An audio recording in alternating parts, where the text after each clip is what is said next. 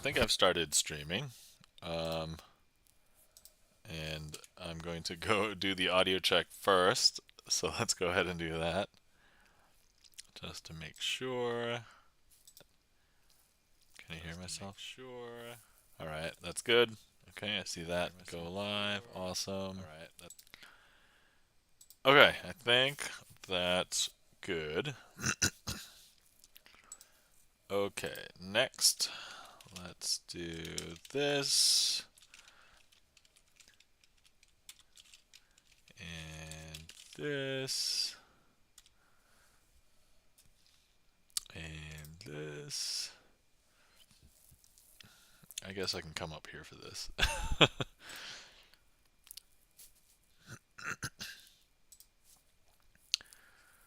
Let's see.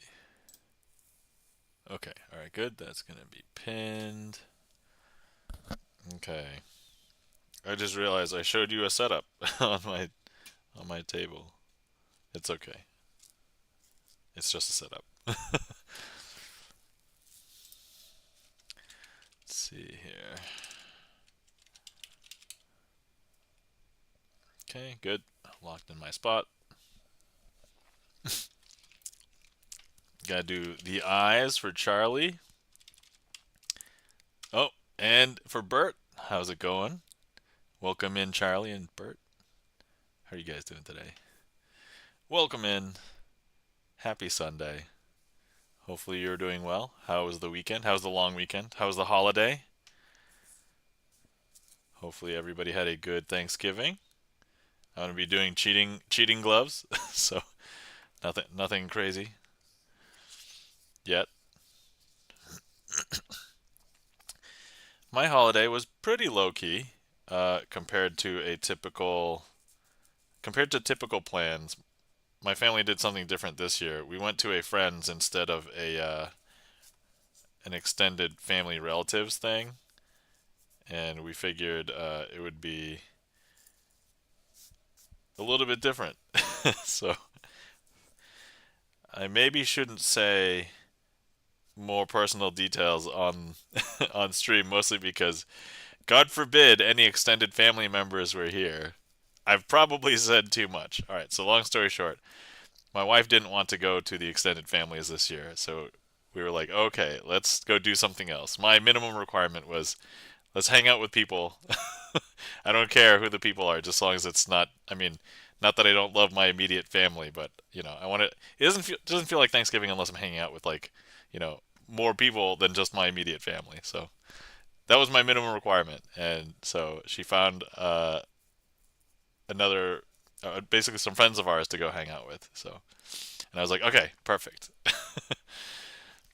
And so that was my thing. It was very low key. It was very. There were only like three kids, ours, and then the family that we went to. They had two, and four adults. So low key, 7-person Thanksgiving.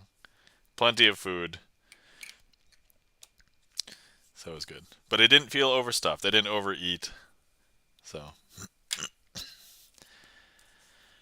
okay, cheating gloves are on.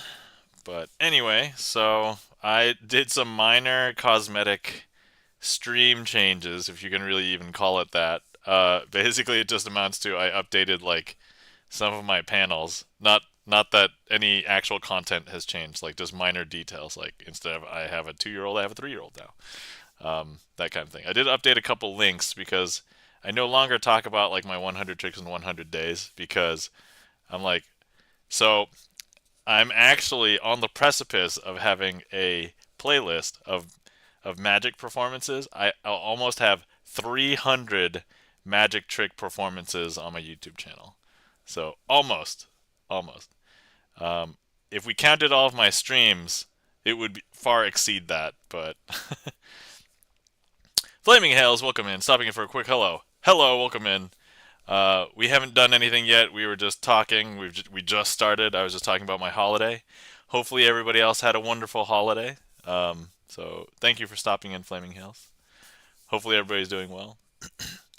Let's see. I did have a trick that I wanted to warm up with, but it's actually a brand new trick. So uh, it's actually not even going to go up on my YouTube channel tomorrow. It's actually going to go up the week after. So, but anyway, as I was saying, I am on the precipice of 300 magic performance tricks in on my YouTube. So, um, I was like ecstatic. I'm like, oh my god, so close.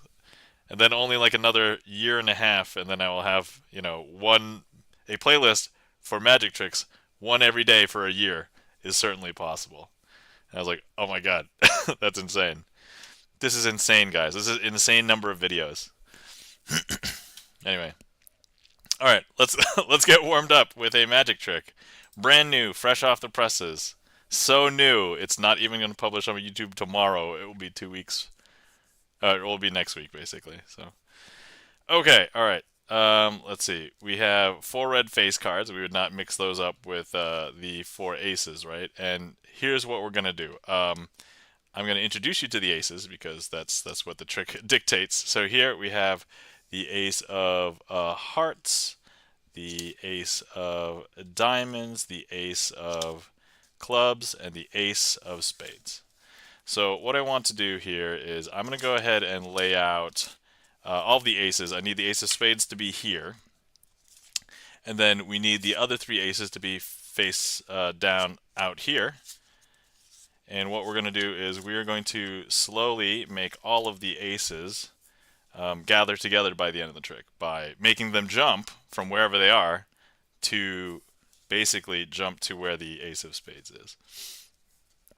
Okay, so first things first, we're going to go ahead and show you that we have 4 red face cards, and so you would not mix 4 red face cards with any aces, right? And so let me go ahead and place one right there. I'm going to grab this ace and place it amongst the red face cards, but all we have to do is snap. That's going to make them transfer, and look, I've swapped it because now if I show you, these are all 4 red face cards. And this is an ace. And I know some people are probably wondering, whoa, whoa, whoa. Look, they are actually all still there. All right, next we're going to go ahead and place one of the red face cards down here. And we'll place this ace in amongst the 4 red face cards. Sorry, 3 red face cards, because I just placed one down there. Simple math. I'm not very good at simple math. All right. But look, now we're just going to do the swap. I don't know if you know, but look. These are now all red face cards because we've swapped the ace with this here. And once again, let's go ahead and place a red face card down here, and we will swap that last ace right here. I don't know if you could tell, but it has jumped, and now if we take a look, all of the red face cards are here, and the ace is down there. Now, here's the interesting thing with this. I did say that we would have all of the aces jump, but actually, you did see all 3 of these aces jump. But you did not see the ace of spades jump at all. So here's the interesting thing. Let's go ahead and do something so that we ensure that the ace of spades experiences some magic. I'm going to go ahead and lay the aces back out. And with the red face cards, what we're going to do is, you know what? If I just swap the ace of spades with one of the red face cards down on the table, and all I need to do is place the ace of spades here in my hand, something interesting will happen. Now, a lot of you may know that magicians do use misdirection. And I did say that the ace of spades was going to do some teleporting. But actually, the teleporting is not going to happen with the ace of spades. It's actually going to happen with all of the other aces. Because if we take a look, here in my hand, I now have the ace of clubs, ace of diamonds, ace of hearts, ace of spades. That is it here. And actually, all of these other cards are the red face cards. And that, my friends, is brand new. So, all right. I don't think there's any magicians in chat, so we don't need to divulge any information. But you can check out my YouTube channel in 2 weeks, and you'll see this published. this performance anyway. All right, woo! That was a warm up. There we go. Warmed up. It was actually a little bit longer and complicated than I think probably what a warm up would entail. But I also forgot that Picasso Aces is a boss trick, and I haven't done Picasso Aces for like 2 streams, so I think we'll close with it tonight if I don't do it before then.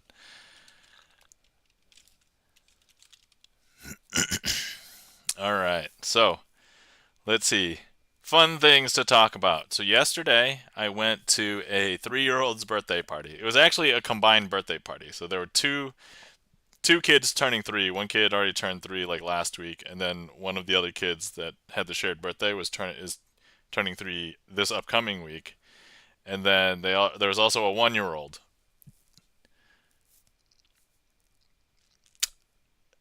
Okay, I see GipsonLens' question. We will talk about that in a little bit. But yeah, so there was a 1-year-old also, and so it was like 3 kids doing turning their joint birthday party, and it was kind of a safe place. It's one of those places where there's a bunch of kids who is like it's like a huge padded room basically, and even when there's like a lot of things for them to climb on and go down, like there are other places where it seems way sketchier, and this place was like pretty, how shall I say, looked and felt very safe. So I was okay with like turning my head and not looking at my kid like 100% of the time, which is what I would normally do in a situation like that. But anyway, I felt comfortable enough to pull out cards, and so I basically started doing magic tricks for all of the adults. And so I just went around and just did magic tricks for as many adults as I could find, basically all the parents.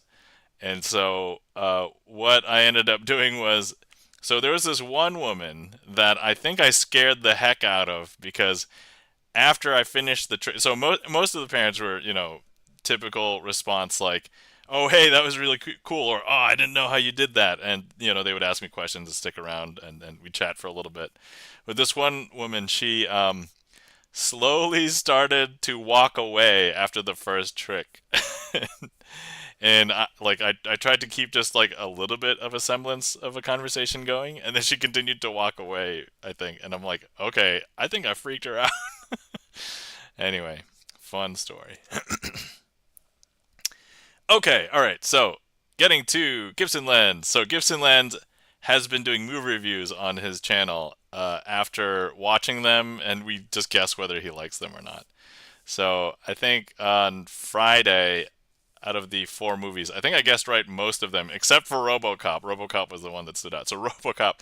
So, first of all, I haven't seen RoboCop for a very, very long time, but I have seen it. But, um, yeah, so for some reason, I felt that I didn't think Gibson Lens would like RoboCop because in RoboCop, I did feel like there. And here's the thing: I think my age when I saw it might have played a role because when I watched clips after we talked about it and after you gave your review, and I'm like, huh.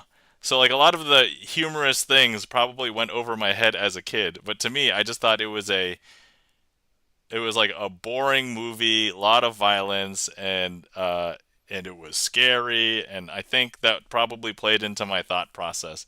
I probably hadn't seen RoboCop as an adult, but like um, there were just elements that I just felt like that Bert wouldn't like. So I guessed that Gibson Lens would not like RoboCop, but he did, and so I see. So it traumatized you early on. I guess. I guess that was it. Yeah. But I just thought and I felt like, oh man, there's no way he would like RoboCop. And to be fair, like I didn't think there was much of a story to it either. Like I think empirically too, if you just think about the movie as like a movie, it's just like it's a typical revenge story, right? Like so. Anyway, the other ones, even though I didn't see most of the other movies, it was like, okay, I did it. It was fine. It was good.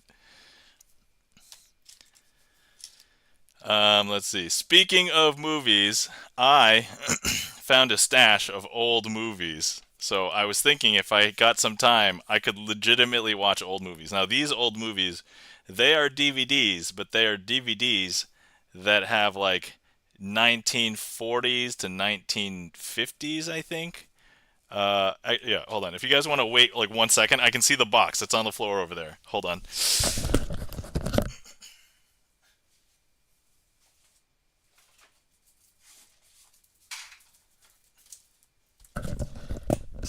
Okay, all right. I did not walk away for too long because it was literally over there. Right. So I found a stack of movies. All right. By the way, if anybody wants to see some magic, feel free. The trick list is opened. It's pinned. Um, or if you just want to do a random one. I was so unprepared. I did not even wear a stream shirt today. I'm just wearing my my pajama shirt that I would wear. But now I've got to show you some of these movies because these movies are super old. Okay. All right. Here we go. First movie I found. So these I think I bought in bulk when they were either on cheap or on sale or something else. But okay, maybe some of these aren't that old because we've talked about some of these. Okay, so the first one is Night of the Living Dead. You can even see that I potentially got it for $1 or less. So this particular thing got put on DVD in 2004, but I don't know when the original was because I think this is the original. And it looks like it's in black and white. So, so there's a stack of. Yeah, I'm gonna go through all these. All right, next one is Who Killed Doc Robbins? This was presumably put on DVD in 2004. All right, I'm sensing a theme. So I also don't know when this was from, like actually, but it was in color. So if we take a look, so yeah. Let's see. Next up, we have this one. I have no idea. This one seems newer, perhaps. This one is Alice's Adventure in Wonderland, which I have no idea why it would be different from Alice in Wonderland, unless there were just multiple versions of this. This British production. Okay, so it's the British version of uh, Alice's Adventure in Wonderland. So, also put on a DVD in 2004, but I have no idea when it actually came from. But this one's also in color. So actually, that begs the question: if Night of the Living Dead was actually in black and white, or if it was stylistically done in. Actually, it's not even black and white, but it's done in that green color. So, let's see. Next one is the Pied Piper of Hamelin. I swear, I must have got these either from like. I don't feel like they were from Blockbuster because I feel like I would have remembered. Maybe it was like at a big box store. So whether it was like, it was probably Walmart because I don't remember going to Target way back in the day when I probably acquired these. Here we have The Adventures of Sherlock Holmes, Volume 2. I don't. Hold on, let me check the stack here. We don't have Volume 1 for whatever reason. So there are 3 episodes on this. It's in black and white originally, it says GipsonLens. Thanks for checking. This says we have the case of the Pennsylvania gun, the case of the Texas cowgirl, and the case of the belligerent ghost. Okay, so next up we have cartoons. We have Cartoon Craze presents Superman and Popeye Out to the Punch. GipsonLens says, I've actually seen Night of the Living Dead in Rift form. Okay, that makes perfect sense. You know, I feel like that would be probably a more palatable way to consume that. So the episode list here has a bunch of different episodes. It doesn't tell me whether it's Popeye or Superman, or if they're both combined in both. TD Downfall, welcome in. How's it going? We started stream. I did one warm-up trick. I'm slightly warmed up, but feel free to request some magic if you want to see some magic. I'm currently going through a stack of old DVDs, old movies that I found. We're going. Okay, this one we have mentioned on GipsonLens' stream. We have mentioned Flash Gordon. Look, it's starring Steve Holland. I assume this is the original. I only know it was put on DVD in 2004, so I have no. Oh no, this is the TV show. This is not the movie. There are 3 episodes on this. That's what gave it away. um, let's see here. This one is called The Sword of Lancelot.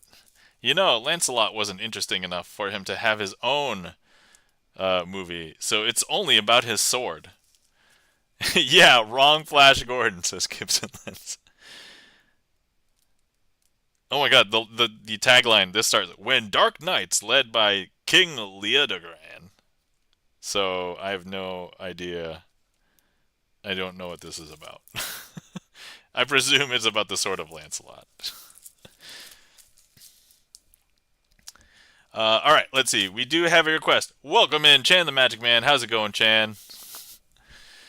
All right, first things first. Let's come back up here. And then I'm going to prep for this trick. And I do have another stack. We only went through about half of the DVD. So we got the rest of the half way to go. Welcome in, Chan. How are you doing? Hopefully you are doing well. Hopefully you had a great holiday. I saw that you ate some delicious food. So, all right. Next up, let's find all of the aces. And I actually did this trick a couple weeks ago in real life at the Magic Club meeting.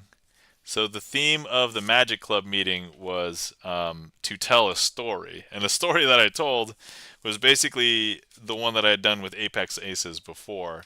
Because so in card magic, there's a plot where it's called collectors. And the typical plot is that, you know, there are going to be some, in this case, aces, collecting other cards. And so for one of the YouTube videos that I did, I made it bounty hunter themed as Cowboy Bebop, and so that's the story that I told. Even though, like, I don't think anybody else in Magic Club knows what Cowboy Bebop is, but I briefly explained what Cowboy Bebop was, and like they understand bounty hunters. So, see, Chan says my Thanksgiving was great. Got to meet my favorite IRL streamer in Plymouth.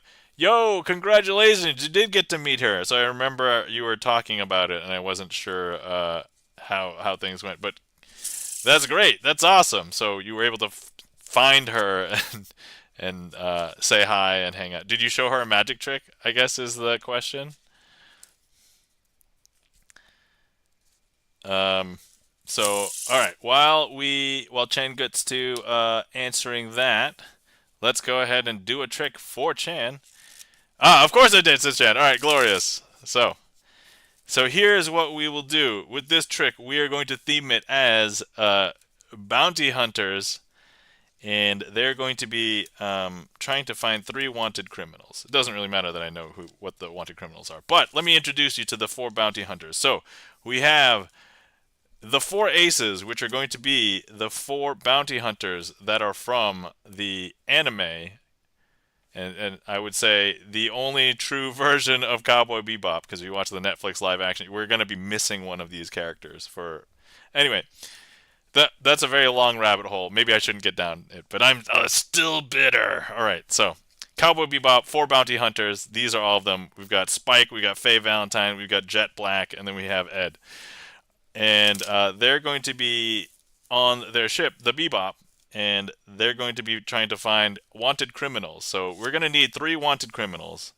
So if anybody is on desktop and they want to click directly on the screen, we need 3 selections. And if there's only 1 person or 2 people, we'll have somebody reselect. All right, so we have 1 wanted criminal here.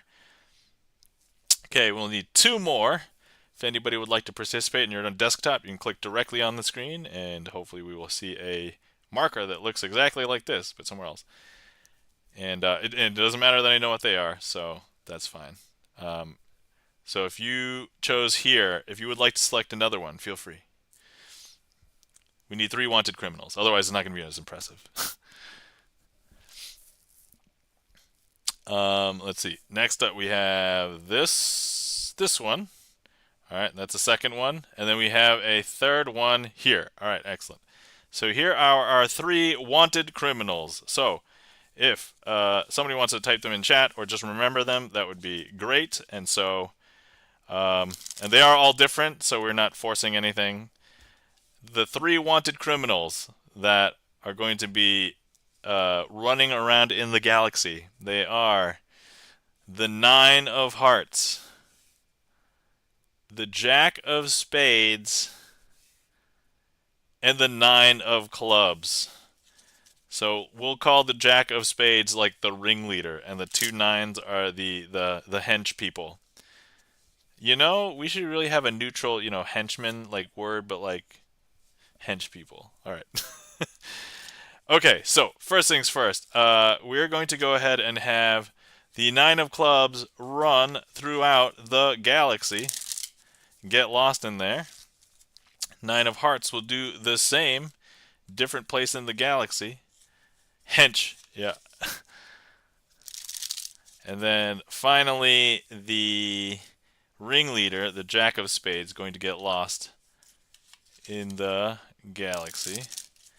And so, they have wanted posters all over. These are digital wanted posters, of course. They're not real physical posters, because how do you send information? We send it through the internet. So, but let's say the prize is 3 million woolongs. So woolongs is the currency in the Cowboy Bebop universe.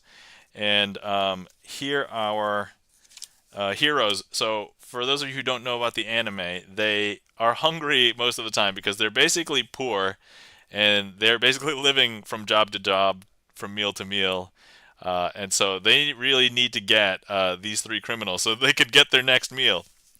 And so they're going to go ahead and try and find all of the wanted criminals throughout the galaxy. So here we have Ed. Ed is going to be running through the galaxy first. And I don't know if you can tell. Oh, actually, before we get that far, let me eat these heat maps here. Wait. Oh no, I didn't grab them. Wait. Okay. There we go. All right. So look, we have the Ed has disappeared into the galaxy trying to find all of the wanted criminals. So now we have Jet. Jet is going to be doing the same thing. And look, Jet is also going to be running around the galaxy trying to find the wanted criminals. So they're going to go down different avenues. So like Ed is a hacker. Jet owns the Bebop. That's his ship. Faye, she has her own little scout ship. So she can go off in her own separate. And then Spike, he's what I would consider the protagonist of the show. And he does his own thing in a very unorthodox way, but oftentimes it works out better than any other way. So he's going to go and try and find the wanted criminals as well. Some people think that they were left here at headquarters, but no, nobody's there at headquarters. Some people think that they could be found in the underbelly of the galaxy. So there's a lot of seedy places, but that's not it. However, if you look around long enough, actually all four of them come to the conclusion that all of the wanted criminals are all in the same place. They all gather around them, and they end up setting a trap. And the trap, well, something happens here. So if we take a look, we have all four of our bounty hunters, Spike, Faye, Jet, and Ed. And there's precisely 3 cards in between. So if I recall, there's a Jack of Spades and 2 nines. Hey, E-Room! Welcome in. Actually, if you didn't know, E-Room knew to play the sound because they're like cowboys and they just fired off a gun being like, hey, you 3 wanted criminals better surrender right now. Or else. And so they lay down their guns. And here, if we take a look, we have the 9 of Hearts. We have the 9 of Clubs, and the ringleader surrenders the Jack of Spades. And that, my friends, is Apex Aces themed as Cowboy Bebop bounty hunting. Oh, and by the way, they do go and they try and claim the 3 million Wulong bounty, but as it turns out, they could only take home 500,000 because there was $2.5 million Wulong's worth of damages, and that is a very exemplary plot of the show. So That is that. All right. Excellent. Tangy Cat says, "What? Welcome in, Tangy Cat. Welcome in, E-Room. How are you guys doing today? Welcome in. Hopefully everybody had a wonderful holiday. How was it? Hopefully it went well. Everybody eat until they're stuffed, or wisely ate until they were a little stuffed, and then saved some for the next day, and then ate some more the following day, which would be today. No, actually that'd be yesterday, and then ate some more today. Anyways, but hi, how's it going? Also, I did put a question up if anybody wanted to answer it. So it's that time of year. So because Thanksgiving and Black Friday are all over, anywhere you go, they're going to be playing Christmas songs. So what are your favorite winter holiday songs? If anybody wants to, I did phrase it winter holiday songs just in case you don't celebrate Christmas, but you celebrate some other winter holiday. So Tangy Cat says, "I ate a lot of roast duck." So yeah, ugh, lol. Yeah, that's right, exactly. I totally feel you. Yeah. So I like some Christmas music, but I do feel like sometimes it gets played like too much, and so you can easily get sick of the same songs over and over again. I have this thing where I create a new playlist every month, and I just add new songs to it. So all right. Also, this would be a good. I hate all winter songs, says E-Room. Well, E-Room, my sympathies for hating all winter songs. All right. While we're here, let's give everybody a shout out. So, guys, you're not following our friend Charlie's Beats. Please give Charlie's Beats a follow. Charlie, one of the people that I consider a music Twitch famous chatter because we're not sure when Charlie's going to stream next. Although we do make fiber jokes here, and maybe Charlie will stream again soon. Not that regularity has anything to do with streaming. Next up is, guys, you're not following our friend and mod GipsonLens. Please give GipsonLens a follow. GipsonLens, pianist, plays VGM, esoteric songs, popular songs, sight reads from his own songbooks. Also, has composed a lot of his own originals and is working on an album. So please give GipsonLens a follow and catch the album when it drops one day. I'm not sure when. I don't want to like put an artificial timeline on a thing when we don't know when it's going to happen, but it's in progress. So,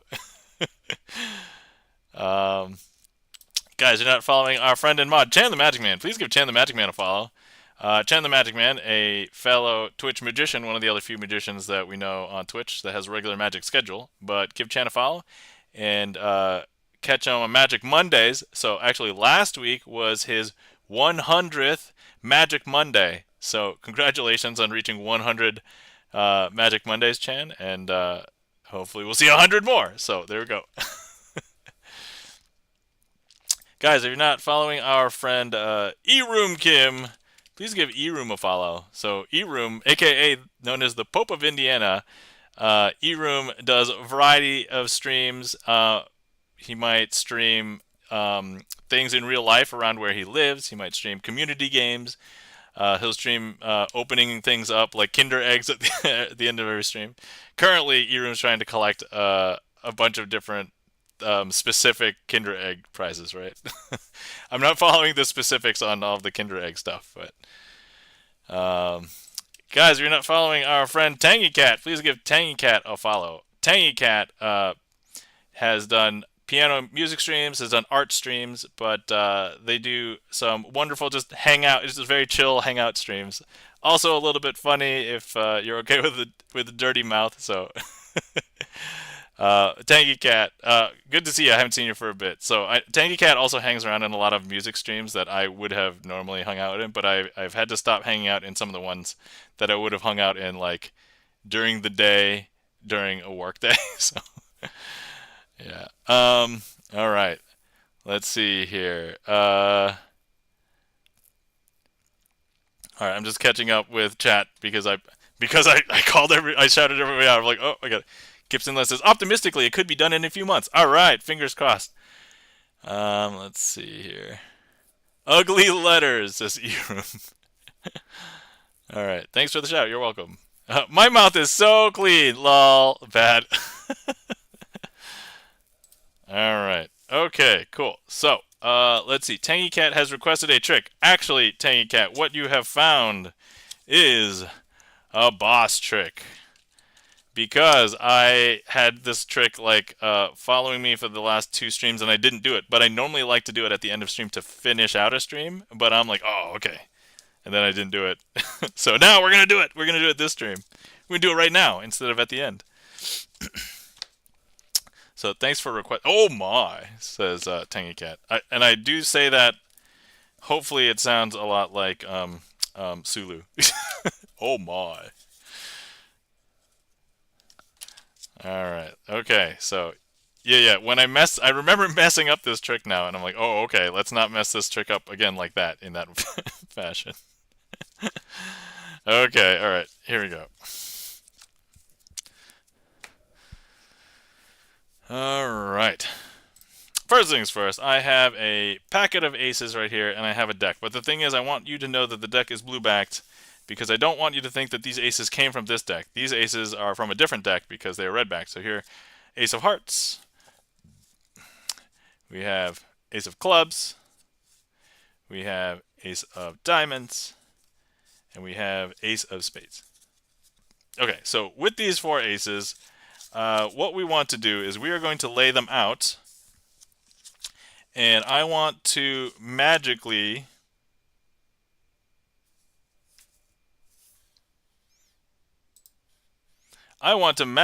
undo all of that, and we are going to start over. You know, considering I've done this so much, and I have very rarely messed it up until the last two times, and I've messed it up pretty handily. This has to stay on the list. This has to stay on the boss trick list, I think. Why? Why? What happened? What did I do? I know what I did. Okay. I know what I did. All right, so here we go. Boss trick, but we're going to do a mulligan. Man, I've taken mulligans 91 times. That's a lot. Assuming, okay, hold on. So so today this is Magic Stream like 118 or 119 or something. So that's like a little bit less than one do-over every stream. That's so not good, guys. I'm so not good. All right, here we go. Starting over. All right, first things first. I have the four aces. They're red-backed. This is a blue-backed deck. There's no red-backs in here. So they're all right here. But look, we have Ace of Diamonds. Actually, wait. Okay, we have to do another mulligan. Okay, to be fair, you'll see, maybe you won't see why, but that's okay. That's okay. I know why I have to start over. You know when you get a bad feeling? Like, let's pretend you had some Thanksgiving leftovers, and then your tummy just starts to feel a little bit funny like in about 20 minutes, and you're like, something's not feeling right. That's kind of just what happened. I mean, not in my tummy, but like in the magic trick. So, I mean, that's boss squared, says Charlie's Beach. Yes, that's right. So, anyway, okay, once again, here we go. I have a deck. It's blue-backed. I have aces. They're red-backed. Here, look. Ace of Hearts. Ace of Clubs. Ace of Diamonds. Ace of Spades. Okay, so here's what I want to do with these four aces. What we're going to do is we are going to go ahead and lay them out, and we're going to try and get all of the aces to gather up in the same place by the end of the trick. Okay, and so I'm going to lay them out like this. Okay, and I'm going to place the ace of spades up there. So what I'm going to do now is I'm going to place 3 cards onto each ace, and we will go from there. All right, and then pray to RNG, the randomization gods look favorably on me for this attempt. The good news is that every time I decided to start over, it was very early, so nothing significant occurred. All right, so first things first. You know that the ace is here because you can kind of see it, right? But all we have to do is swap it right here, magically, with one of the other aces, with one of the aces in here. And so now if you take a look, all of the cards here, they are blue backed. 1, 2, 3, 4, and none of these are aces. So, and now if we take a look, so before we knew that there was only one red card, but now I think you'll see 2 and 2, right? So here's blue, red, red, blue, right? So now we have 2 and 2. Okay, next up, once again, you'll see that the ace is right there, but all we need to do is do the magical swap like this. Welcome in, Elstro Art. How's it going? Hello, and Chris M. Yee, welcome in. How's it going? Chris M. Yee says, hi, Nam. Thanks for stopping by earlier. My pleasure. It was like resub time, and I'm like, cool. I can stay for like 6 minutes, and then I was like, all right, I gotta cook dinner. So, but I did listen in a little bit after that, but it was kind of very spotty. So, I did see you playing some Fall Guys. All right, so look, I'm gonna go ahead and do that swap. Ha! I appreciate it nonetheless. You're welcome, Chris M. Yee. My pleasure. All right, so here we go. No aces here, because now if we take a look, there's no aces there. And before we had 2 and 2, so now let's take a look. I believe there should be 3 red aces now, right? Because there are now 3 red aces and a blue card. Okay, and then finally, well, we do know that there is an ace here, right? Because you could see it, but not only from the back, but the front. So some people are like, whoa, whoa, whoa, there's something weird. And I'm like, okay, here, you can see it until the very last second. So you'll see that there's a red back card there. You'll see that the ace is still there. But importantly, once I do this swap, if you don't make the sound effects, it doesn't work.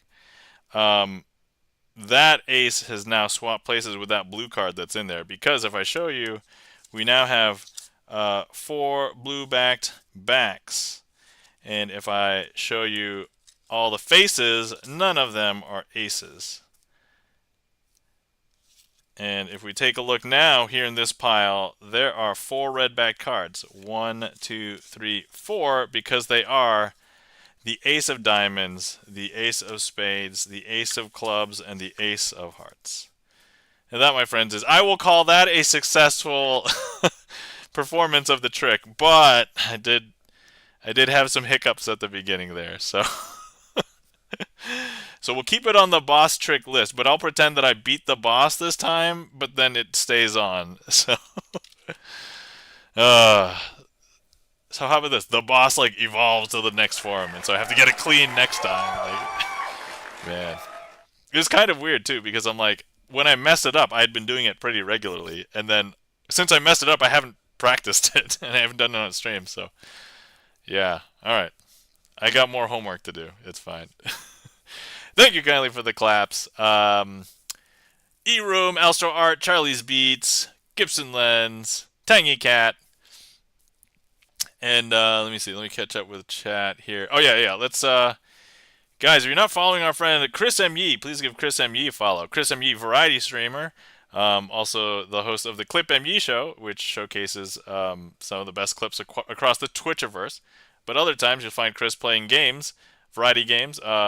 Today I saw Chris playing Fall Guys, but also just chatting because actually starting 12 days of fundraising. So, Chris, I don't know if you're still here, but if you want to drop your link for your fundraiser here, we are more than happy to talk it up for you. So, let's see, and then okay, cool, awesome. And then, did I miss anybody else for shout out? Anybody else want to shout out that didn't get one? All right, cool. Oh yes, thank you for dropping that. So yeah, if anybody would like to donate, so this is for the Starlight fundraiser in 2024. So Starlight Children's Foundation. So if anybody wants to donate, that is what Chris will be streaming about for fundraising for the next presumably 12 days. Well, 11 days, because I guess today counted as the first day, right?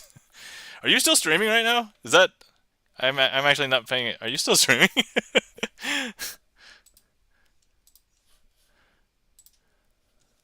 So, no, okay, all right. Yeah, there we go. All right, awesome. Okay, so that was Picasso Aces. Let's see. Also, I won't be streaming for all 12 days. Oh, okay. Today was for me participating in the fundraiser. Ah, gotcha. Okay. Well, cool. Thanks for clarifying. I wait. Requests are currently turned. What? That's weird. I just saw StreamerSonglist tell me that requests were off, but clearly people had been requesting, so I don't know what happened. Anyway, if anybody wanted to request something and weren't able to, should be in operation now. All right. Okay. All right. So, all right. Got to work on the Picasso aces there. Let's see here. Next up, we have hallucination, which I have not done for a little bit, I think. Let me grab. I've got to find some kings for this one. Oh yeah, does anybody have any favorite winter holiday songs? So I have some favorites I could talk about, but I don't want to like take over the conversation if anybody else wants to share their favorite holiday songs. All right, so oh yeah, the reason why, because now that Thanksgiving and Black Friday are over, you will hear holiday songs all over everywhere you go, shopping, workplaces, businesses. All right, here we go. Okay, so we have four kings here, and so we have the King of Clubs, King of Diamonds, King of Spades, and the King of Hearts. Now, what I want to do with these four kings is we are going to be doing something interesting. So,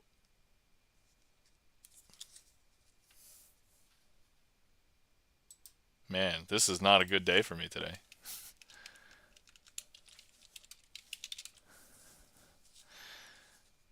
Oh my God, I was in a situation where everything was actually really messed up. I'm actually not, I could not have done the trick, actually, the way that I was messed up. The way I was messed up was so messed up. That's how messed up it was. All right, guys, we're gonna have to put this one on the trick list too. I mean, on the boss. Man, okay. Well, I guess practice is good. I need to do the practice more. All right, here we go. Once again, we have the King of Clubs, the King of Diamonds, the King of Spades, and the King of Hearts. Now, what we're going to be doing with these kings, and right there, okay, so here what we're doing with the kings is we're going to be doing something interesting. So with these four kings, I'm going to turn two of them face up, and then we'll leave two of them face down, like so. And now if I push them all together and I turn the entire pile face down, you would expect that you'll be able to see some of them facing in the opposite direction. But all we have to do is just make sure that they all look like they're facing in the same direction. And they will be. See? 1, 2, 3, 4. All right. Now we're going to break a rule of magic. Well, I've already broken a rule of magic, which is, don't mess up in front of people. But we're going to do that same trick again. So look, I'm going to go ahead and place two kings face up, two kings face down. And we will leave everything. Charlie's beat sus right there. Like, we can go ahead and close this up, turn it face down. And now we will make sure that they all look like they're all facing in the same direction, even though you expect that some of them are facing in the other direction. Now, when I do a trick with four cards, normally it's with the four aces and not with the kings. So maybe if I have any regrets, I can actually change my mind. And I can actually change one of these kings to be an ace instead. And so there's one, ace of diamonds. And let me go ahead and change another one. And that will be the change, getting the ace of spades. And actually, let me just go ahead and turn the other two. So that's one, that's two. And so, yeah, we knew that the spades was here, we knew that the diamonds was here, and then we also know that the clubs was here and that the hearts was here. And so that, my friends, is what we consider a hallucination. But actually, some people also wonder what happens with the kings, because you always think, hey, Where did they go? And they're not here. If you were here, you could take a look at these. They're not hiding on the top of the deck. They're not hiding on the bottom of the deck. You actually have to spread through the deck to find what happened with the kings, because here they are. And these kings are signed. You don't have to have signed kings. It just so happens that I have signed kings. So there we go. And that, my friends, is a trick called hallucination. Whoo! Okay. Man, I'm striking out. But I'm getting a lot of good practice. The good news is that once I realize that I mess up, and I didn't reveal any, I guess, secrets of magic, so it's not that huge a deal, but it kind of is, because like, oh, there's something, it's like there's something that magician says is wrong, so therefore you're learning more information.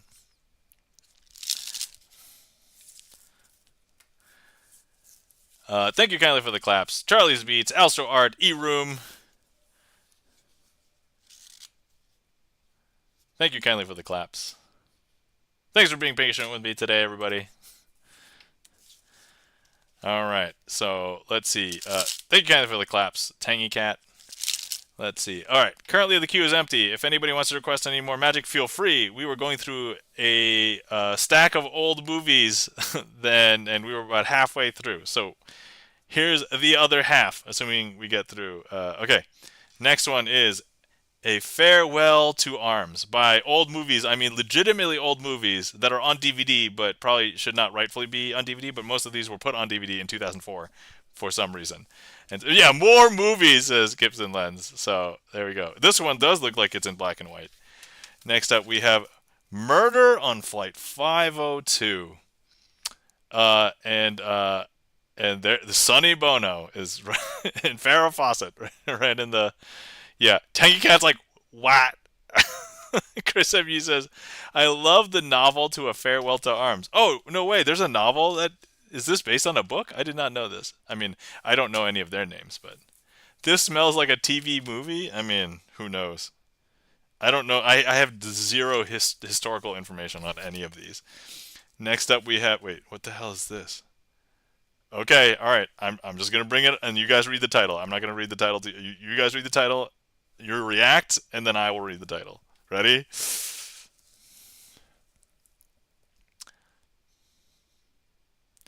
All right. So hopefully you guys had a moment for that to settle in. Bella Lugosi meets a Brooklyn gorilla. Yep, that's the name of the movie. I have no idea where this came from. I probably paid $1 or less. Uh, let's see. Chris M. says Farewell to Arms is Ernest Hemingway. Oh, okay. I'm not familiar with uh, Ernest Hemingway. I mean, I've heard of the name. I don't know any of the works. $1, you paid too much. Yeah, I mean, probably E-Room. You're probably right. And this was $1 like probably many years ago. I would imagine it was around 2004. But yeah, I cannot imagine this being good. But all right. So I was telling chat and mostly GipsonLens because watching old movies. There's a chance I could watch these. All right, next one, The Flying Deuces. Yep, I don't know. I have no idea. This one's in black and white as well. He bought that for $1. I know. It was such an expensive dollar, right? Because of a 2004 dollar, what's that? Is that $3 now? Is that is that inflation rates? All right, here we go. This one is a cartoon.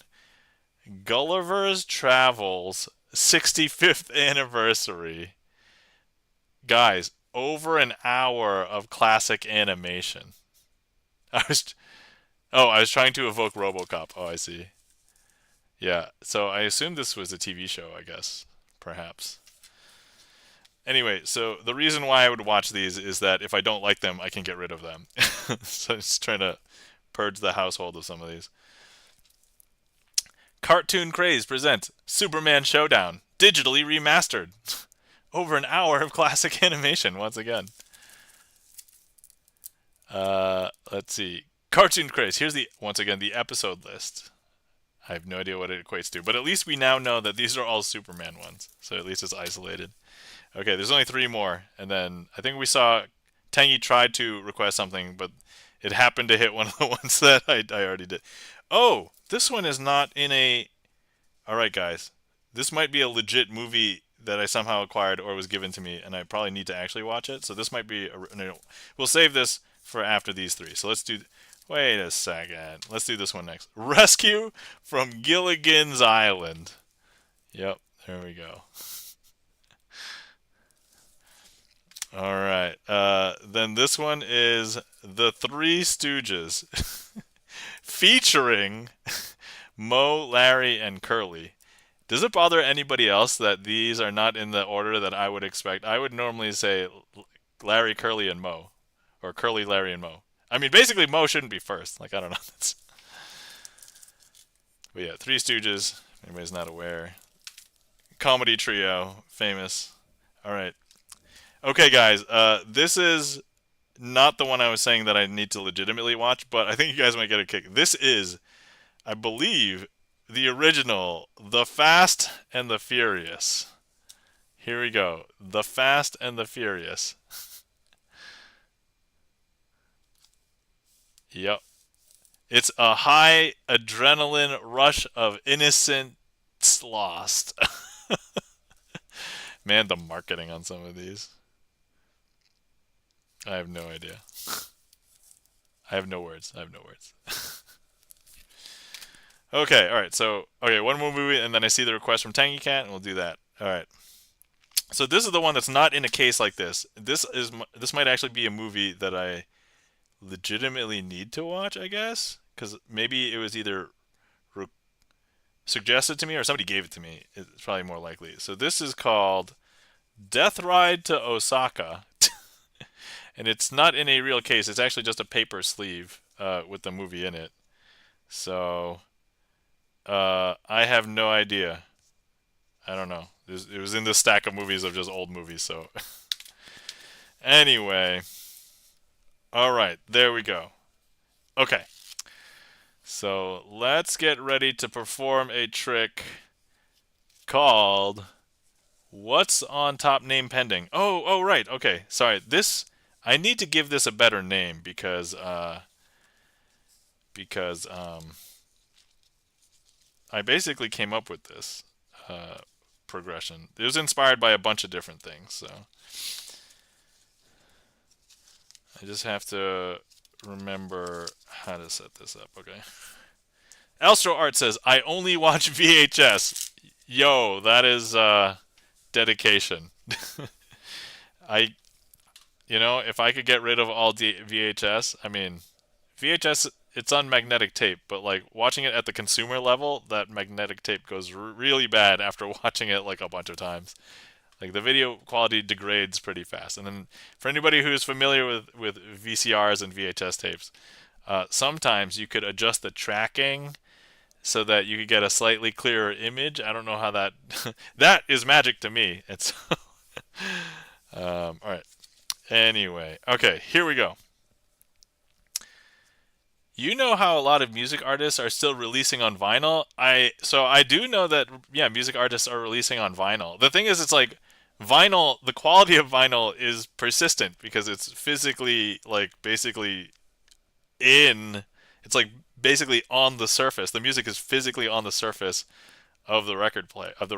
And so the record player picks up on that. But like I don't understand the magnetic tape where it's like it degrades over time and it's like it's useless after you listen to it like 100 times. So it's like they can make VHS better now, hopefully. Yeah. So for a lot of people who don't know, magnetic tape is still a legitimate storage medium because a lot of a lot of corporations that have lots of data for data that they don't need to access on the regular, they will put it like an archive copy on magnetic tape. The thing is, they're not like reading it all the time. They're not like playing it or anything. So it just like sits in like cold storage until one day they may need to retrieve it or reclaim it or load it into something. And so magnetic tape is still used, and I think we've probably come a long way. We probably store more information on it now, but it's currently not popular because I don't know if like a neodymium magnet, if it comes across like the tape, will it destroy what is on there? Like I don't know. All right, here we go. So what I have here, Four Kings. Just using the Four Kings mostly because from the last trick we had the Four Kings. So, all right. So here what if I told you that we're going to play a game, and this game consists of telling me what two cards are on the top. Now, we could separate them like this, and there would be two black kings on the top, and then two red kings on the top. Or instead, what we could do is we could alternate them. So here's what I'm going to do. I'm going to go ahead and place a black king on the top, then a red king, then a black king, then a red king. And you saw me clearly place them on top that way. Important question, what are the top two cards of the deck? I think a lot of people would probably say a red king and a black king, right? But if I show you what two cards are on the top, you'll actually see that there's actually two red kings on the top. So these two red kings were actually on the top. Now, important question, if I were to just go ahead and place these two red kings back on top of the deck, what two cards are on the deck now? I think a lot of people would either say two red kings, or maybe if you're really untrusting of me, say one black king, one red king. But actually, all we have to do is snap, and what you'll see is that we will have two black kings on the top. I know, is that weird? That's super weird, right? And so that is what part of this trick, because it's like, what's on top, right? So now here's the next question. What if I was to tell you that we could go ahead and place all of these kings on the table, and I could then do something a little bit different with them. Let's say I take my hand. Let's pretend this is a magnetic tape, right? Here's a magnetic tape. I want to corrupt this data, and so I'm going to take my hand and have this magnetic tape. My hand is a magnet. This is a neodymium magnet right here. So I'm going to wave it over the kings, right? And actually, the corrupted data, in this case, turns out to be way more useful than the actual data, because in this case, it turned all of the kings to be aces instead. And so that is, now the circle is complete. So the last trick, we changed kings to aces, and then, oh no, this trick, we turned the kings to aces again. The aces come back! That's just the theme of these tricks, I guess. And that, my friends, is what's on top? What's on second? Oh, wait. If anybody has an idea for another name for this trick, I would totally be down for renaming this, because I don't have a good one. Tangy Cat says, what? I assume it's kind of like that. So let's. Thank you kindly for the claps, Alstro Art, E-Room Kim, Tangy Cat, Charlie's Beats. Alstro Art says third base. Who's on first? Who's on second? What's on top? Who's on bottom? Wait. Sorry. Oh, man.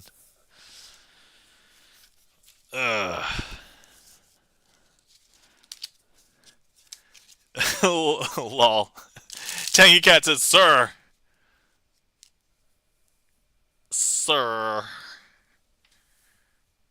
And he says, I have a dirty mouth. Yo, I never said I didn't have a dirty mouth. My mouth and mind. So first of all, my mind lives in the gutter. It is there all the time. Even if it appears as though I behave myself, especially at work functions and things, I'm thinking it's happening in here. It doesn't leave the gutter. It's just, it's always, maybe with one exception. I guess maybe it doesn't realize it's in the gutter if it's way too early in the morning and I'm still groggy from waking up. That's really the only time. But if I'm awake and lucid, and like right now, like I'm a night person and it's nighttime, and like, yeah, if I hear something and it's like in my mind, that's what she said. One thing that I like to do in the past was, after my friends and I got Chinese food and we got fortune cookies at the end, we would change up what the best thing to say after a fortune cookie was. So, for example, one of the things that people would advocate is, read a fortune cookie and then say in bed at the end of it. But my favorite one to always say at the end of fortune cookie is in my pants. So whatever it said, then in my pants right after. Anyway, man, I had no idea that stream was going to take a turn like that today. So, all right. Okay, so that was what's on top. All right, and then we know Kung Fu. Okay, let's know Kung Fu, guys. All right. Legit, says Tangy Cat. Heck yeah. Really kicking it up a notch there in my pants. I mean, in bed would also work on that one. Okay, all right. Lulz is Chan the Magic Man. Yeah. I had some fun times in college. Okay, first things first. I've got to set up for I know Kung Fu, which surprisingly also I normally use the Four Kings, so let's use the Four Kings. Oh, Alstro Art's got the smug, you know. Yep. There we go. All right. First things first. What we have here is this would be helpful. What we have here is 4 cards I've set aside, and then we have the deck. We need a card selected. It doesn't matter that I know what it is. So, if anybody would actually, who requested this? Charlie, if you would like to select a card, you are welcome to. And if not, anybody else can select a card. So let's give Charlie a chance if Charlie would like to. Oh, this is probably a good reminder. If anybody's been sitting around for a while and you've not hydrated, please hydrate. Once again, I'm having herbal tea tonight. I say herbal as though it is like, but I argue that it should be herbal because there's a frickin' H in it. That's not my line. I took that from an Eddie Izzard skit. E-Room's got tea, yeah. It's not showing up. What? Hold on. I'm sorry, Charlie. That was streamer error. I had it turned off. Now if you click, I think it should show up because I turned it off. There we go. All right. So it appears as though, I'm going to guess that's 3 of hearts, which, guys, you didn't know. 3 of hearts? That's E-Room. See? E-Room. So there we go. E-Room, I don't know if you know, but you're going to be subjected to Kung Fu. All right, so, and who better to know Kung Fu than the Kings, I guess. I guess there's no reason for them to know Kung Fu other than, guys, Kung Fu starts with the letter K. Kings also starts with the letter K. Kung Fu, there we go. I clicked it, lol, let Charlie repick? Oh, okay. I'm sorry, I did not realize. Charlie, are you okay if E-Room gets subjected to Kung Fu? Now that I've made that joke, this would be a lot less funny if we couldn't subject E-Room to Kung Fu. That's fine. Okay, alright, sounds good. That's okay. Charlie doesn't want to get beat up by Kung Fu anyway, so that we wouldn't want to put the Ace of Spades in here. Alright, okay, so here we go. What we have here are the Red Kings, and then the Black Kings, and then of course we have E-Room. Okay, I'm going to go ahead and place E-Room over here, the 3 of hearts. And what we're going to do is, let's see, I forgot this part of the trick. We're going to go ahead and place the 2 Black Kings over here. I'm going to grab E-Room, place it with the Red Kings, okay? And so now we're just going to go ahead and make sure that the Red Kings are going to attempt to Kung Fu E-Room. I don't know if you could tell, but actually, the 2 Red Kings actually beat E-Room up into oblivion, because now if we can see, there's only 2 cards over here. Actually, the 2 cards over here are actually the 2 Red Kings, and actually, they threw E-Room in between the 2 Black Kings. See, look, now E-Room's over here in between, so now the Black Kings will get to Kung Fu E-Room. Ouch, says E-Room. Ouch. So now if we take a look, there E-Room is. Ugh. Man, that hurt a lot. Now, if you thought that the fun was over, you are incorrect, because we're going to have some more fun. So, E-Room, I'm sorry, you have to have a couple of rounds of beating. Man, how did today's stream get like this? I don't even realize. Was it the movies? Some of those movies were weird, I'll admit, but like... Okay. Alright, so last time I turned the Kings... Oh, yeah. Actually, what I needed to do... Okay, so this time, what I'm going to do is we will go ahead and leave... I'm actually going to deliberately place E-Room in between the 2 Black Kings, like this, right? I think that's the way we do it, right? Okay, and so... No, wait. Hold on. I've got to find E-room. I've realized that I have made a mistake. Shh, you guys didn't need to. But actually, what happened was we caught one of the kung fuers with their pants down. That was, that was the thing. So we're gonna we're gonna make sure that all the kung fuers have their pants up. Whoa, whoa, whoa! Alstro Art taking a picture. Thank you for the big emote, by the way. But thank you. So here we go. Um, Once again, E-room here. Nothing. Yo saw nothing. That's right. Yo saw nothing. Especially when the kung fuers' pants were down. I don't know why I'm calling kung fu practitioners kung fuers, because I know that they're martial artists. I almost feel like I'm drunk, but without having any alcohol. Like, it's such a weird day today. Okay, so let's see. There's that, and then we're just going to go ahead and make sure that we have. All right. So this time, what I'm going to do. Oh yeah. So we're going to go ahead and deliberately place E-room in between the two black kings this time.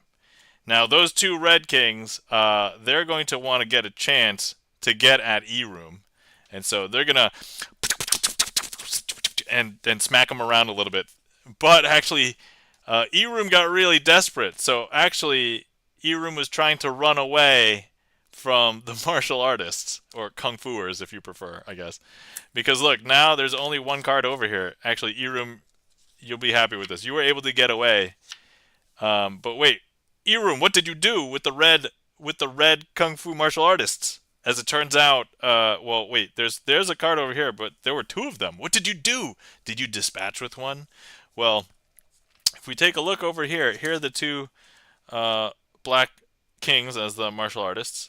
But if we take a look, we just pull on the two sides. Actually, you stuffed both of them into one uniform, because look, if you pull them out of the uniform, there's actually two of them, and they're both the Red King Kung Fu martial artists. And that, my friends, is I Know Kung Fu.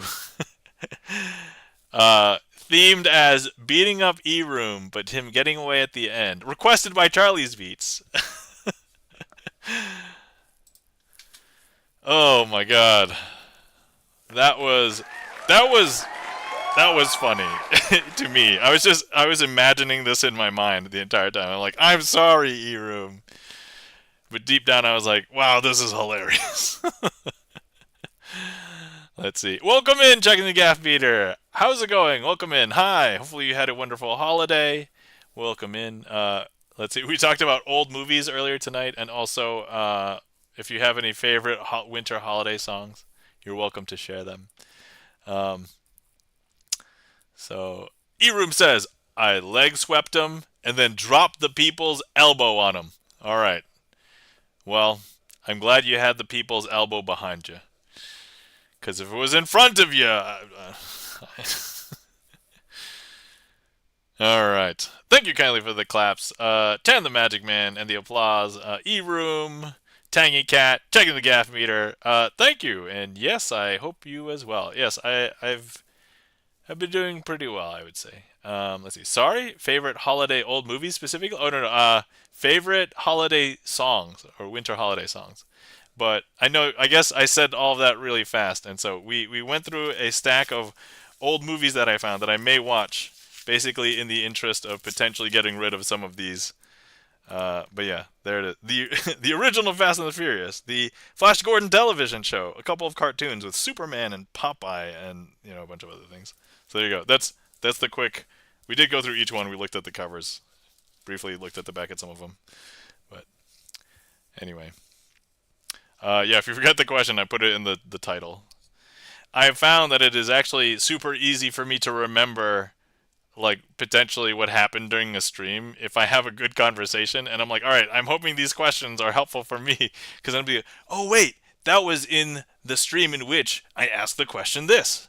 Because before, when I had, like, the national holidays, and it's like, I don't celebrate most of these. So it's like, it's any other day. So... helps keep them to be unique for me, I guess. Oh, got it. I'm also doing too many things at once, so probably not you. It's me. Oh, that looks fun. Sorry I missed that. Oh, yeah, no worries. I mean, I didn't watch any of them, so it's okay. All right, thank you for that request, Charlie's Beats. Hopefully you guys enjoyed. Sorry, E-Room, for that, but you know you made it. It's okay. It's good. All right, and then we have a combo coming up: twisting the aces and shaking the aces. They are both very similar, but they are different variations of this, like a similar kind of trick. So, I guess let us begin. SR hair raiser. Oh, maybe is it because my hair is being raised? Is that it? I love Baby It's Cold Outside. Ah, you love Baby It's Cold Outside. Oh yeah, so actually I haven't even mentioned, right? So I do like classical instrumental and I do like jazz. So and it's unsurprising, I think GipsonLens definitely knows that I'm a fan of Skating and It's Christmas Time by Vince Guaraldi. And then some other favorites. So I like a cappella, like music as well, and so I'm a fan of Straight No Chaser. So Straight No Chaser has a wonderful 12 Days of Christmas because the whole song is not repetitive because they actually change what happens in the song, and actually they end with like a Toto Africa 12th Day of Christmas. And I was like, oh yeah, that's so cool. Um, what else? If we go the nostalgia route, I do like some of the original Christmas classics that everybody likes, but I'm extremely partial to InSync's Christmas album because I kind of grew up listening to that. So, yeah. I may have heard that. I'll have to look for it. Oh, yeah, Straight No Chaser. I definitely recommend. They do have another one. The Christmas Can Can is another one that I I like from them. All right, let's see. Okay, we'll get back to more Christmas discussions in a minute. All right, so next up we have twisting the aces. So I have four aces here. We have. Oh, wait. Do we have to do the queens? Because actually, because Chan requested this, and Chan is the queen of clubs. So maybe we'll do that instead. Where's the other queen? There we go. Okay. All right, we'll do this with queens instead. Twisting the queens instead. All right. So first things first, we have the four queens. Now what I want to do with these four queens is that I want to turn them all face up, but only one card at a time. Now, I'm not allowed to do it like this because that would be cheating. That's how normal people would do it. And certainly that's not how Chan the Magic Man would do it because Chan the Magic Man, also one of the other magicians on Twitch. So look, if I hold the packet and give it a magical twist, that magical twist will turn up the Queen of Hearts, the Queen of Love. Now, don't break your gaze. This is the part that gets people. If I hold the packet and give it a magical twist, the Queen of Hearts will turn herself face down, and the Queen of Spades will turn face up. I know, it's super weird, but look. Is that weird? That's super weird, right? And then next, we're going to need to hold the packet and give another magical twist, and that will turn up the Queen of Diamonds. So weird. Oh, checking the gaff meter. You missed my story earlier, but basically I went to a 3-year-old's, two 3-year-olds birthday party yesterday. My kid is also a 3-year-old in their class, so they hang out. But I didn't randomly go to a 3-year-old's birthday party. But I showed one of the moms a magic trick, and I feel like I freaked her out because she was basically like walking away. Like most of the other parents were like, "Yo, that's cool," and started asking me questions like, "Oh man, how long have you been doing magic and stuff?" And this one, she was like, "Oh yeah, so that was strange." Walk away, walk away. And I'm like, I'm trying to extend the conversation, like, "Hey," and then she walked away somewhere. I'm like, okay, yep, totally freaked her out. So weird. All right, look, I'm gonna hold the packet, give it a magical twist, but look, the magical twist will not turn anything face up because Chan the Magic Man knows when to make an entrance. So look, we're gonna go ahead and give another magical twist, and Chan the Magic Man is still not gonna be face up. It's not until Chan the Magic Man is ready, in which case Chan the Magic Man will be able to reveal himself. And notice that I use the word reveal and not expose, because that means something completely different. And that, my friends, is twisting the queens. Starring Chan the Magic Man. Thank you for that request, Chan. Hopefully you guys enjoyed. Whoa, Chan the Magic Man, impressive. Oh, sorry. I read the exclamation point as I, but it's actually just impressive. Thanks, English. Guys, guys. I talk English good. I'm Asian. That's my excuse. I'm sticking to it. Alright. Alright. She backed away from you? Yep. Yeah, she backed away from me. I was like, oh, okay. I've never gotten that reaction. Like, I've gotten the, I hate magic. That's from my wife. And then I've gotten the, oh, wow, that's pretty cool. Let me ask you more questions because I'm interested. Or, man, do you have more tricks? Like, those are kind of like normal. And then there's the, oh, that's strange. Walk, walk, walk. Hi. By the way, and walk, walk, walk, walk. So that's the situation. Thank you kindly for the claps. E Room, Charlie's Beats, Chan the Magic Man, Chris M.E., Tangy Cat. Thanks for clearing that, Chan. That's kind of cool. First time reactions. Yeah, I know, right? I will say that's probably one of the first times. That's probably the first time that somebody has been. I feel like legitimately maybe disturbed. I don't know. I don't want to sell myself too well there, but you tally them up over the years. Oh yeah, we'll see. I'll give you a count on stream when I guess when we get more than one. Okay, next up we have a request called Shaking the Aces. So this is a little bit different. So once again, let me introduce the aces to you: the Ace of Spades, the Ace of Hearts, the Ace of Clubs, and the Ace of Diamonds.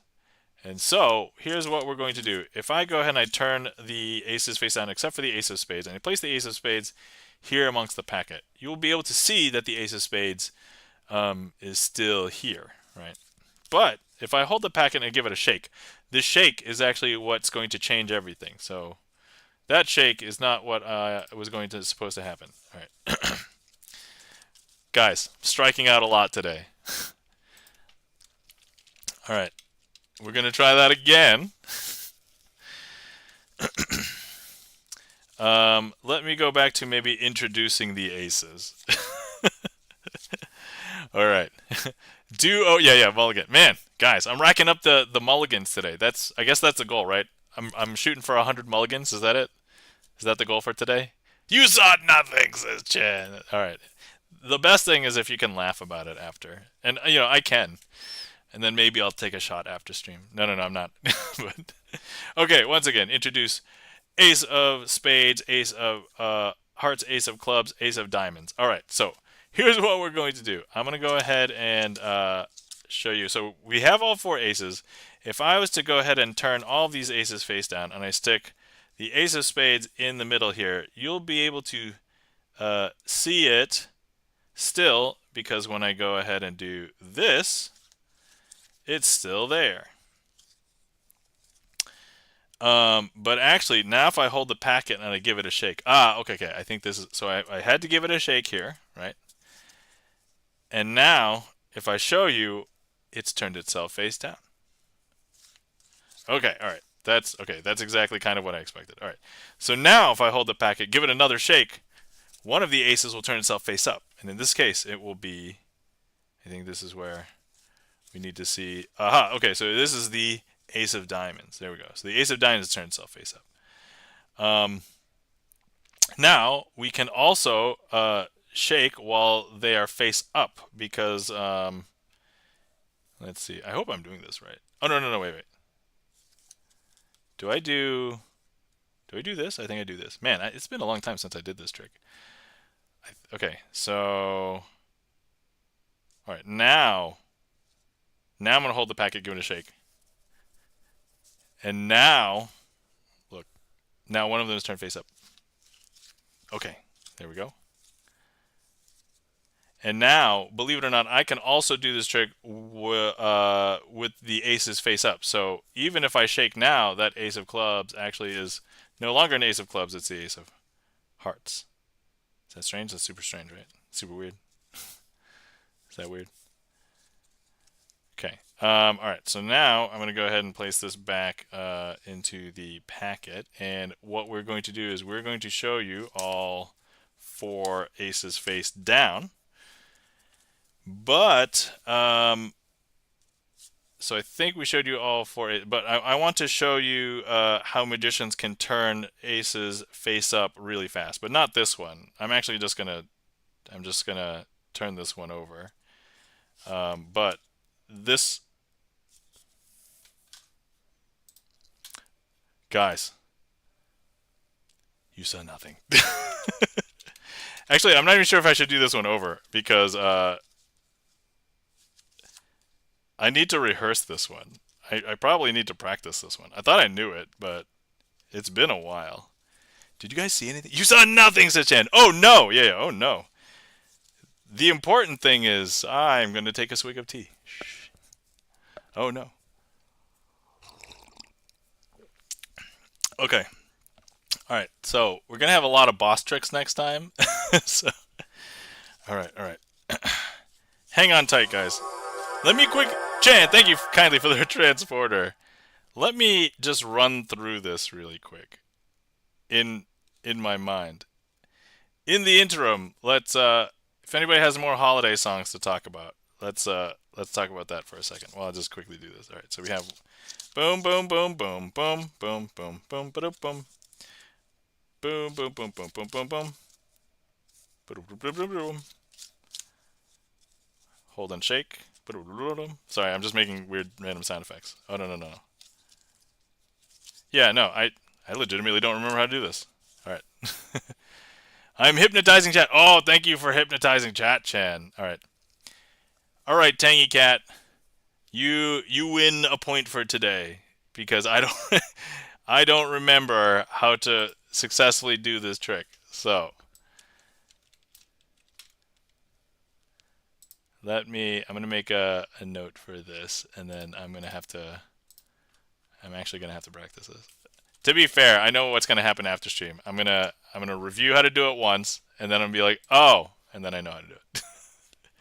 So, all right. In the interim, no, I'm sorry. No, don't be sorry. This is what the stream is for. So, I keep the stream going because I need a check-in once a week to be like, what tricks do I need to keep fresh? And these are like the ones that I've told myself I'm going to keep fresh, and I did not. So there we go. All right, so here's what we're going to do. We're going to replace Tangy Cat's request, and I'm going to do a similar one, but it won't be that one specifically. So, all right, once again, it's going to require introducing the aces. We have the ace of spades, ace of diamonds, ace of clubs, and ace of hearts. Now, what I want to do, don't be sorry, it's okay.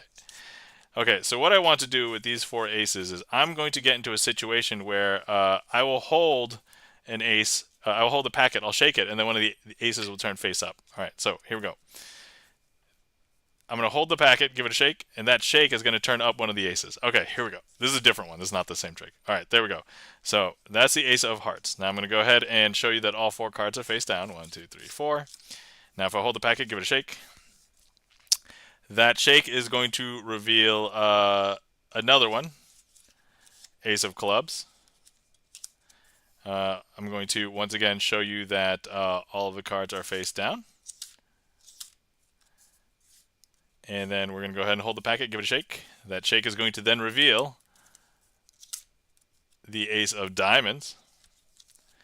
Okay, and then we got one more ace to show, but look, we have 1, 2, 3, 4 aces. Now if I hold it and give it a shake, that shake is going to go ahead and turn up the ace of spades.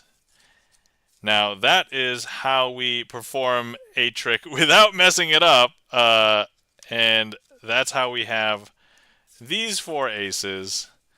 1, 2, 3, 4, and we hold them and we shake them. Now this trick is not called shaking the aces. We do shake the aces, but this one's called French twist.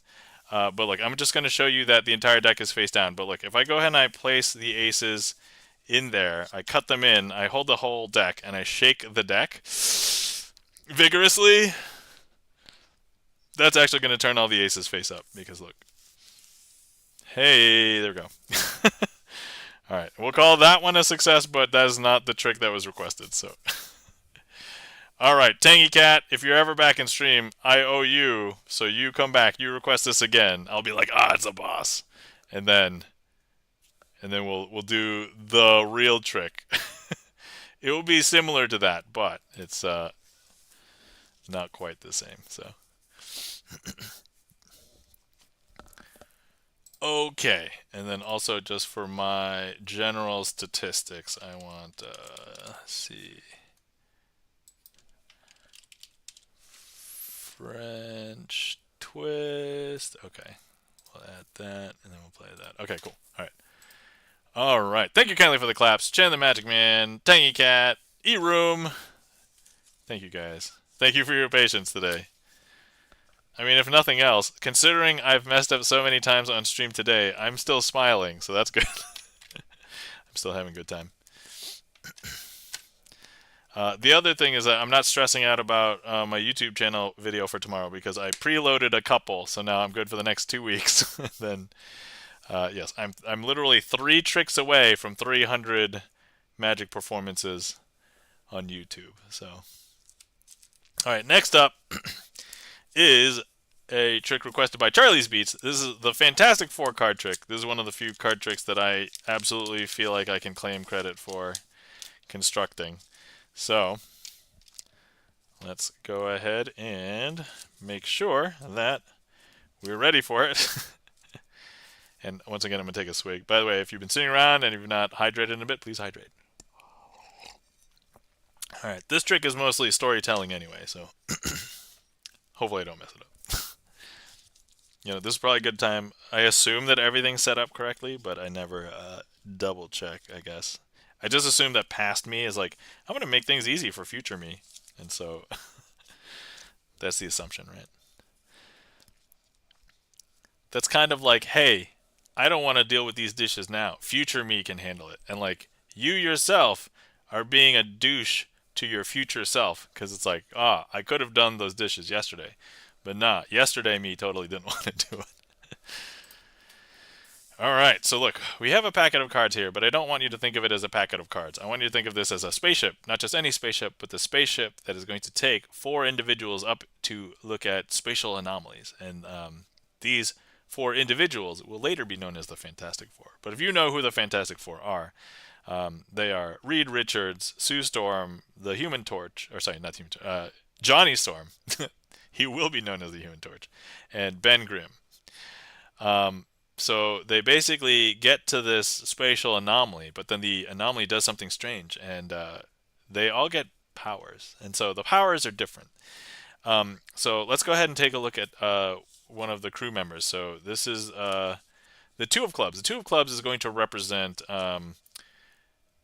Mr. Fantastic, a.k.a. Reed Richards, and he is going to be known as Mr. Fantastic. But look what we're going to be able to do. So if you are familiar with the lore of the comic book, we can pull and stretch Reed Richards, and he's going to get the power of super flexibility and stretchiness because, look, if I go ahead and I pull at the top and the bottom, we're going to be able to get him to stretch much further than a typical card would, or person would in his case. And believe it or not, we are going to be able to... He's going to hold that pose just for a little bit, but he can't hold it all day because it's new to him. And so he basically has to jump back to his regular form. Okay, next up we have the Queen of Hearts. The Queen of Hearts is going to represent Sue Storm. Sue Storm is going to become known as the Invisible Woman. And so the Invisible Woman, well, it's in the name. She's going to get the power to become invisible. But the thing is, she's not going to turn invisible for me because she has her own personality and she is very sassy. And so she'll become invisible whenever she wants to become invisible. And you might not expect it, but she's going to turn invisible whenever, like right there. Like she's going to turn invisible whenever she wants. And when I want to call her back, I won't be able to call her back because, once again, she will make herself visible once she wants to become visible. So I don't know when that's going to be, but maybe it'll be like, now. Nope, right now. Okay, there she is. So now she has become visible again. All right, let's see. Next up is going to be Ben Grimm. Ben Grimm is going to be known as the Thing, and he gets super strength, and his skin turns very hard as rock. And so actually, as a side note, when developing this trick, I had no way to show how Ben Grimm was going to be very strong. But I decided to compare him against Joe Schmo. So if we just take any Joe Schmo and compare him. So look, right now, if I ask just regular person off of the street to hold the phone, my phone is big and hefty. So we'll not be able to hold the phone. Look at how the card bends and will not be able to. But look, if I ask Ben Grimm the thing to hold the phone, no problem. He can hold the phone without any issues. Look at that. And so that is the power of Ben Grimm and how he holds the phone. And then finally, we have Johnny Storm, will also be known as the Human Torch. And so he's going to be represented by the Seven of Spades. And what's going to happen with him is he has to just say flame on, and his body just becomes a huge flaming ball. So as you can see, here's the red version of Johnny Storm because he's on fire.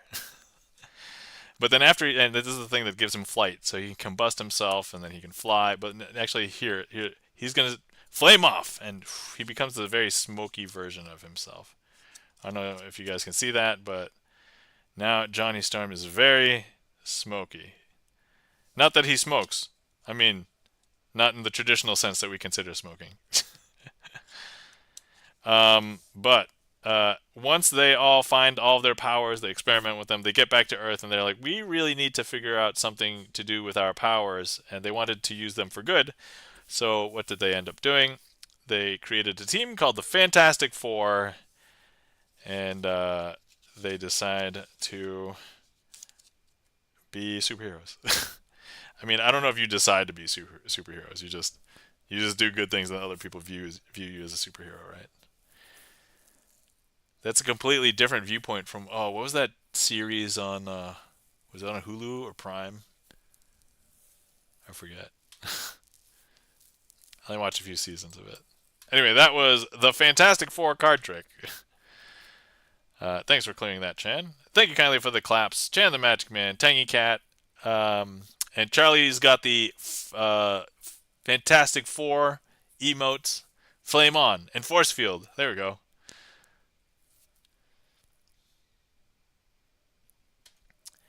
E-Room says Bobby Helms, 1997, singer-writer of Jingle Bell Rock, lived in Martinsville, Indiana. In the early 2010s, I helped remodel the house he had lived in. It was a really nice house, even had an indoor jacuzzi. Not the regular wood plastic type. This was like a pool, all concrete, surrounded by nice tile work. Even 30 minutes southwest of Indy. I'd love to live there, lol. Sounds like a great place to live. A lot of people kind of don't really understand like what a jacuzzi maintenance is like. So thank you kindly for the claps. Charlie's Beats, Tangy Cat, and E-Room. So the thing is for jacuzzis, it's basically you have to treat it like a pool. So you have to put chemicals in to basically keep it clean all the time because the temperature that it gets up to, it might get hot for a human, but it's not hot enough to kill like microbes and things because that needs to be like 40 degrees more than its maximum setting. And even at its maximum setting, it probably can't even go that high. I would imagine maybe like I don't know, 102 might be like the hottest hot tub. I don't know. I'm not sure. It was very cool, Pad. All right, yeah. People soup. Ew, lol. Yeah, I know. People soup is really gross. The thing is, it's like even the hot tub hot setting, it's probably close to like incubation temperature for like basically microbes and bacteria and things. So did I tell this story last week? Or so once a friend of mine actually had, I think, a grandparent cook a turkey, and they put the turkey in an oven, and it was like set to 150 maybe, or 175, so something really low. And by the way, you're not supposed to cook a turkey at that low, because it won't kill anything.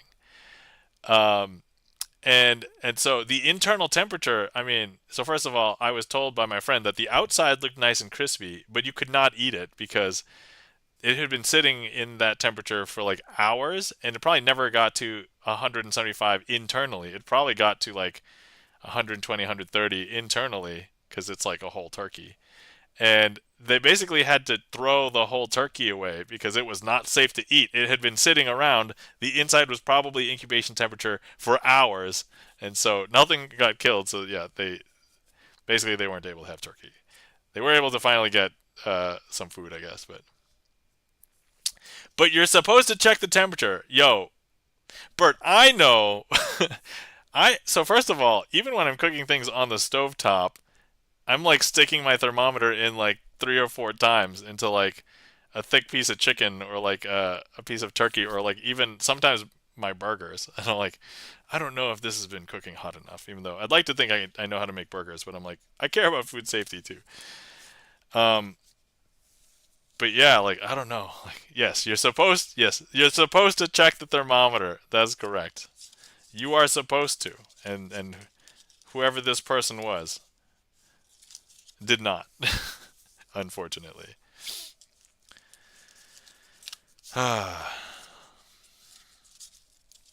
Okay. All right. And that was Fantastic Four card trick. Thank you kindly for that request. And next up, we have a request from eRoom. Okay, that will take me a minute to set up. Hopefully, I can perform hair raiser without any hair raising moment. I just realized I need to check if this. Let me see here. Okay. Nope. All right. Cool. All right. Let's see here.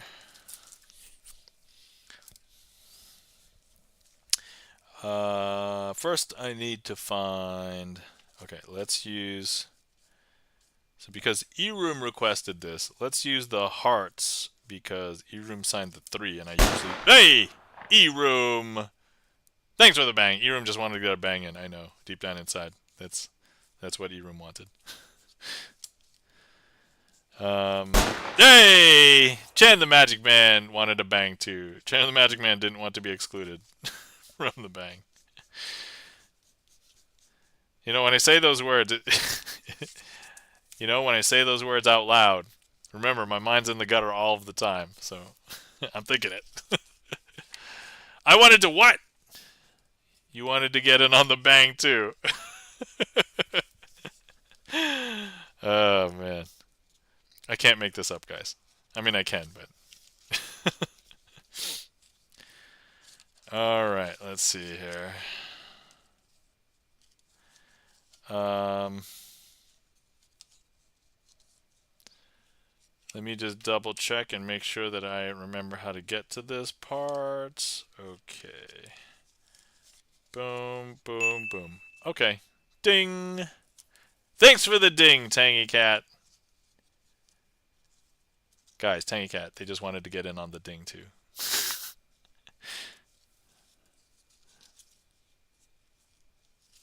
Okay, alright. I think I remember, hopefully. Let's not mess this up. Alright, here we go. Next up, we have hair raiser. How come you have a ding, but not a dong? Says Tangy Cat. That is a great question. I'll leave it up to your imagination. Come up with any explanation you want. Whether it's true or not, I won't confirm nor deny. That's what the magician always says. Alright, first things first. We have the ace, the 2, and the 3 of hearts. I'm going to go ahead and leave these face down all over here. And then we're going to need to use 2 helper cards to help us out here. And those helper cards are the 2 jokers. And so here we have the 2 jokers. And so we're going to go ahead and grab these jokers. And we're going to do something interesting.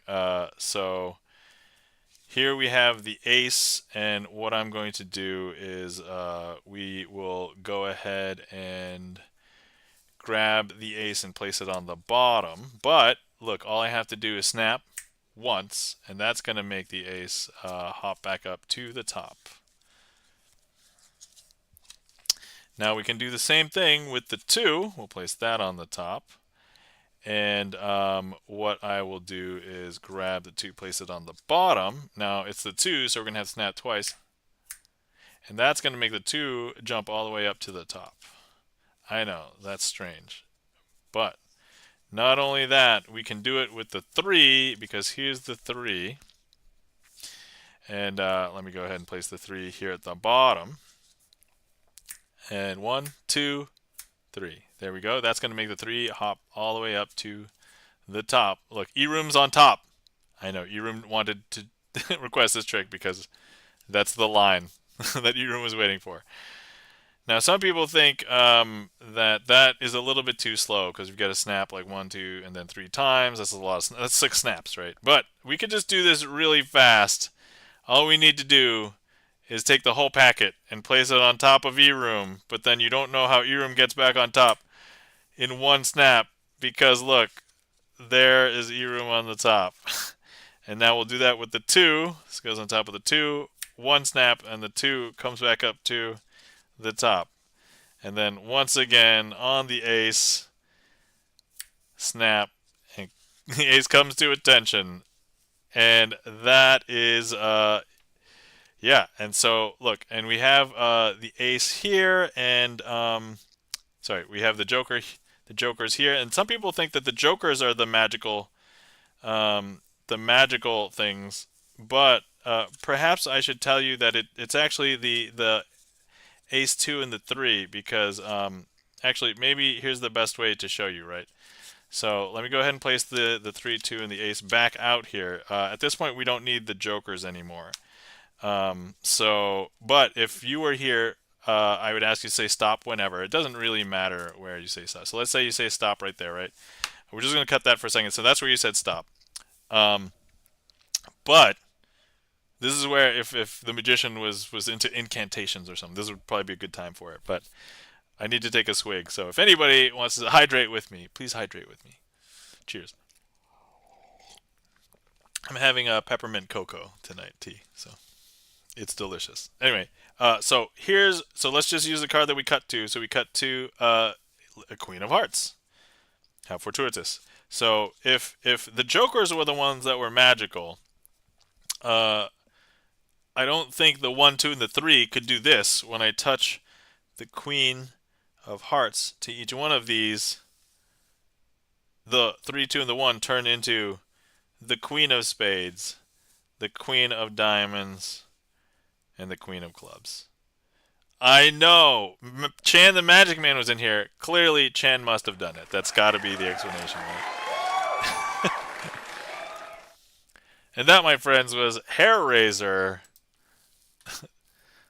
starring eRoom and Chan and everybody else who was on the cards. Thanks for clearing that, Chan. Thank you kindly for the claps. eRoom, Tangy Cat, Chan the Magic Man.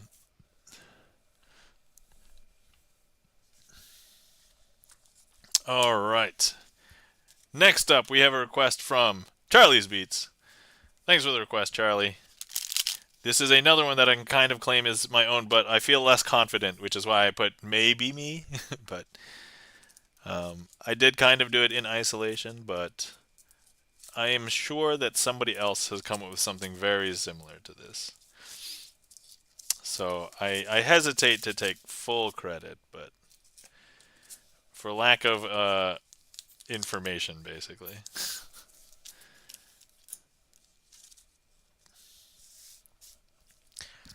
Okay. All right. So this one is going to use these aces. So these aces are all big. So they're all equal. So it's not like the ace of spades has an unfair advantage or anything. So here we've got the ace of diamonds, the ace of clubs, the ace of hearts, and the ace of spades. Now, if I was to ask you what color the backs of these cards are, what would you say? I think a lot of people would probably say blue, if you were paying attention. And if you were not, that's okay. So look, I don't know if you know though, I could take the ace of spades, and what we'll do is we're going to go ahead and change the backs. And we're going to change them from blue to be red. I don't know if you know, but if I show you now, look, all of them, that's red, red, red, and red. So Important question. What do you guys think the distribution is of the cards? Do you think there's 2 blue, 2 red, 1 red, 3 blue, 1 blue, 3 red, or anything in between? Um, Eroom is requesting scandalous shuffle. All right, we'll get to that after this trick. So, if there's any guesses, now would be a good time to guess. And if you don't want to guess, that's okay. Um, but I would urge you all to guess, even if you don't tell me in chat what it is. Just guess in your mind. Just guess whether you, and then we'll tell you. Okay, so Eroom says 3 red, and presumably 1 blue. And I know that some people have seen this trick before. You guys know the punchline of the trick. But also, if you like foreshadowing, the name of the trick may give something away. So the name of the trick is called back illusion. And if you guys didn't realize, the back that you saw was an illusion. Because if you thought these cards had any sort of backs, these don't have any backs. They are completely blank. And if you were here, you can inspect the cards. You could take a look, and they are exactly as they appear on the camera. And that, my friends, is back illusion.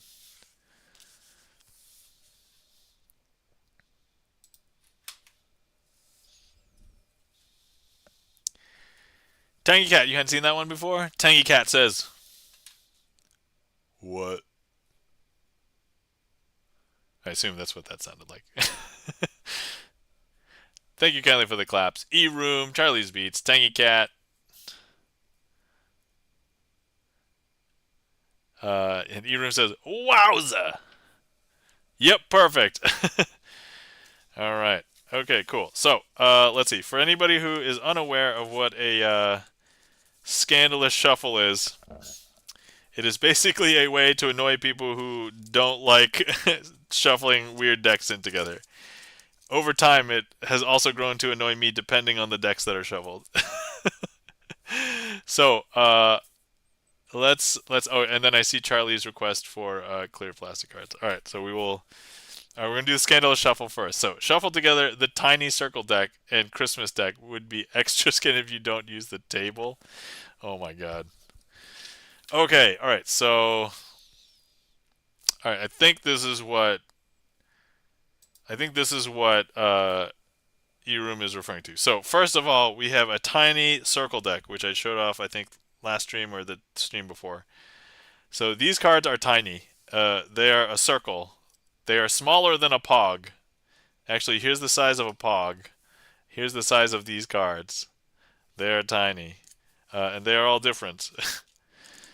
And the face cards look different. Actually, are they the size of a let me see. I have a $1. Are they the size of a US $1 coin? Nope. They are slightly bigger than that. How about a $half? $half? Slightly bigger than a $half. So very tiny. Okay, so that's these cards. Then next we have the what is these? The Christmas deck. So the Christmas deck, I presume, is the Charlie Brown Christmas deck, because I don't think I have any other Christmas decks. Which in and of itself is also weirdly shaped. So here's the box that it comes in. And I only keep this around mostly for these scandalous shuffles now, because I guess it is appropriate because it's December. All right, and so here, cool circular shaped Obi-Wan, welcome in. How's it going? Yes, so we have ornament shaped cards, which look like this, and then we have little tiny circle cards, which look like this. All right, and so bonus if I could do it without. Can you do a coin matrix with a tiny Christmas? Yo, Alstro Art, that is a great idea.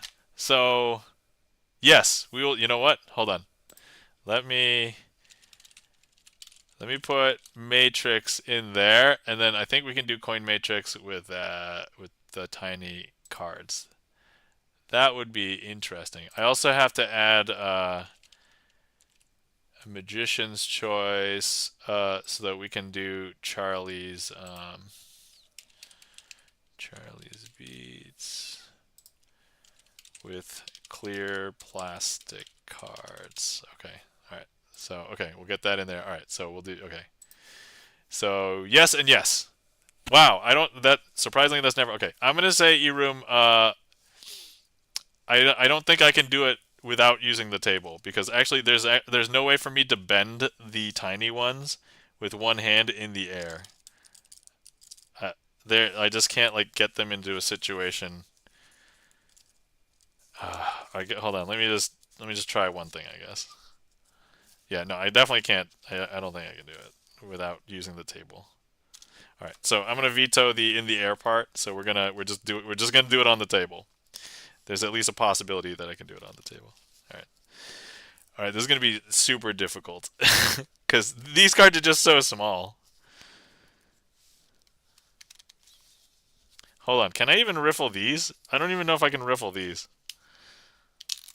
It is so they mesh together. They don't really riffle together. Yeah, that's so hard. Like this is the challenge to just riffle at all. So, all right, here we go. Nope. All right. We'll give this like one or two really good. You know what? If I just use the end that's about the same size as the circle, is that doable? It's a little bit better. Hold on. Okay, hang on, hang on. We're getting a small, very inconsistent weave. Okay, I gotta redo like this section. Hold on. All right, guys. This is probably the one of the most torturous, scandalous shuffles, just because of the size of the tiny circle cards. Okay, all right. We gotta weave. All right. Uh, this is probably my most scandalous request. Yo, Alchemmutation, welcome in. How's it going? How are you doing today? Welcome in, Craig. Somebody can shout out Alchemmutation while I struggle to hold these cards. Thanks for shouting. Guys, if you're not following our friend Alchemmutation, a.k.a. Craig, please give Craig a follow. Craig, guitarist, plays Smilecore. So if you're listening to some of his music and you're not smiling, it's probably not Smilecore. But Craig has also been known to do productivity streams. He's been known to do community game streams. Also, sometimes just hanging out, just chatting. But guys, if you are also a fan of original music, Alchemmutation has recently put out a new song called Skin of Evil, which references, if anybody's a fan of Star Trek Next Generation, Armis, the Skin of Evil. So definitely give it a listen. So Tangy Cat says, I gotta sleep. Thanks for the awesome magics. Thank you for stopping in, Tangy Cat. Have a glorious night. Take care. Sleep well. Remember to hydrate and stretch. So, yeah. Let's see. And welcome in as well, Redurden. Good to see you. And E-Room was part of the raid too. I mean, look, if Twitch says you were part of the raid, you were definitely there. So yeah, for sure. Definitely. Craig, thank you for bringing your community over here. How are you doing? How was the stream? Hopefully you had a good time. You actually just came in at the time of a scandalous shuffle. So we just shuffled little tiny circle cards, which are this big, into an ornament Christmas deck, which is this big, and that's all E-Room's doing. So, and also, guys, if you are not aware, spoiler alert, Armis Skin of Evil is the killer of Tasha Yar, which, for anybody who's a fan of Star Trek Next Gen, yeah. The statute of limitations on that has been like what 25 years or something. So it's like saying the boat sinks at the end of Titanic. Like that's yeah. Yar had better episodes after her death. Yo, that is true. So yeah. There were at least a couple that I remember. There was like the Romulan, which it stars Tasha Yar, but like she was Tasha's like daughter, right? And then there was the one where Tasha Yar, alternate universe from Enterprise D goes back in time to Enterprise C. That was also a good one. So welcome in Adam07950. Adam, how are you doing? Welcome into the stream. It says first time chat, so welcome in. The boat sinks, says Redurden. Yes. All right. So anyway, we just finished a scandalous shuffle. So I'm gonna do. Maybe I'll clean this up later, but yeah. So that's what a scandalous shuffle is. You shuffle in two different decks, and then people get annoyed, or some people get annoyed. Some people love it, and in this case, I got annoyed. But okay. Um, yep, those are the two. She also returned for the finale. Oh yeah. That's right. She was in the finale, so that was good. All good things must come to an end. All right, all good things. Um, so we just talked about Star Trek for a minute, mostly because alchemy. So thank you so much for the raid, Alchemmutation, and guys. Also, if you're not aware, Alchemmutation, the number one raider into this stream, maintains the title. So there you go. Um, hey, so Craig, if you would like to see any tricks, feel free if you would like to request one, or if you want, I can just do one for the raid. We can figure something out. Let's see, if I recall, you're the signer of the Ace of Clubs, correct? I believe that's correct. Yeah, guys, Alchemmutation, the signer of the Ace of Clubs. So we can do something for the Raiders there. And then, let's see. Welcome in, Durkee Blaine. How's it going? How you doing tonight? Let's see. Obi-Wan says, the Titanic is a historical event. What happened to the Titanic is the same as what happened historically. If you know history, otherwise, don't look it up. I mean, yes. Look, I don't think I'm spoiling the movie when I say the boat sinks at the end. But spoiler, the boat sinks at the end. Like, you know what? If they had made Titanic a movie that was fiction and it didn't sink, that would be a spoiler, right? Like that's so yeah. Just getting settled in at work. Ah, okay. Durkee Blaine, have a good night at work. All right. Spoiler alert, I am the king of the world. Oh, Astro Art says they're the king of the world. So, alrighty. Okay, let's see. You know what? Instead, spoiler, I'm being silly, says Redundant. No worries, you are welcome to be silly here. All right, Alchemmutation. You have a new single out. So it is called Skin of Evil. And what we hope deep down inside is that Skin of Evil does so well that you are at the top of the charts, right? So here's the thing. Even though Alchemmutation believes that Skin of Evil might be, oh, I don't know, maybe 25th in the charts, secretly what we want and what we're hoping will happen, Skin of Evil will make it all the way up to be in the top position.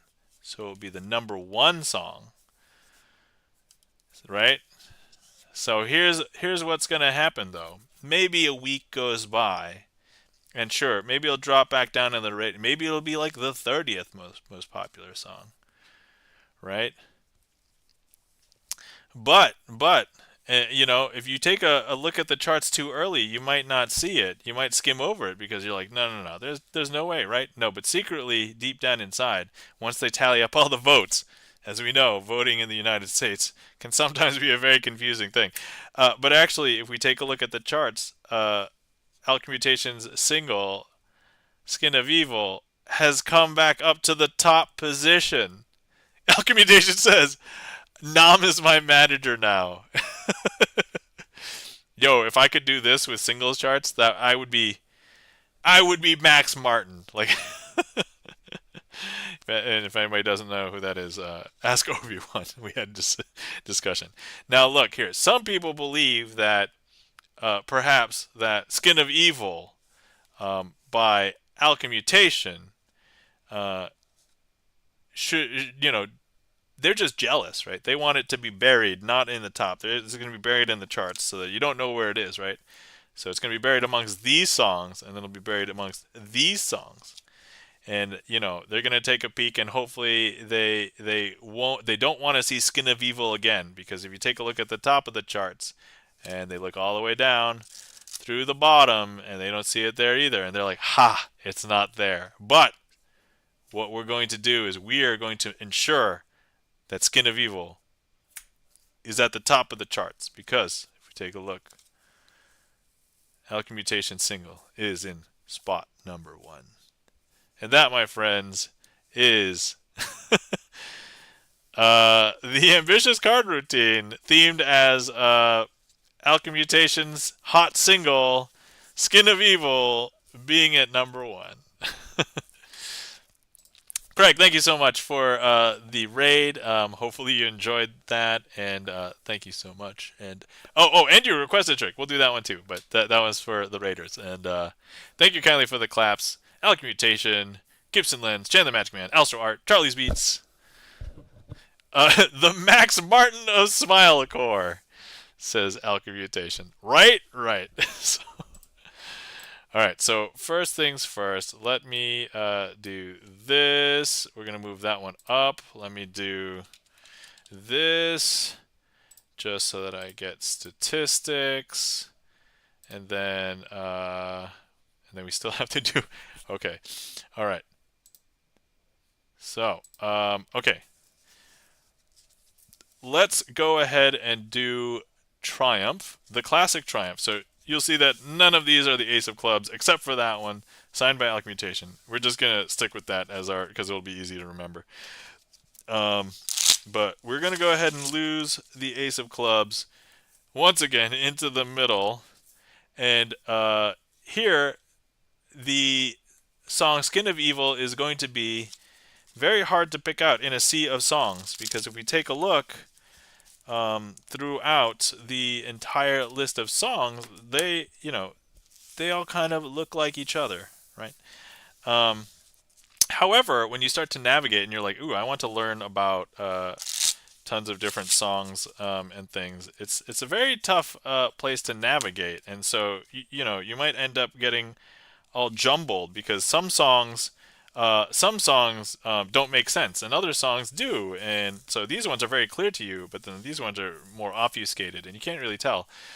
Uh, but when you start like listening to some of these and some of these, and like they can all kind of mesh together, right, in like this super weird, horrible way, like this.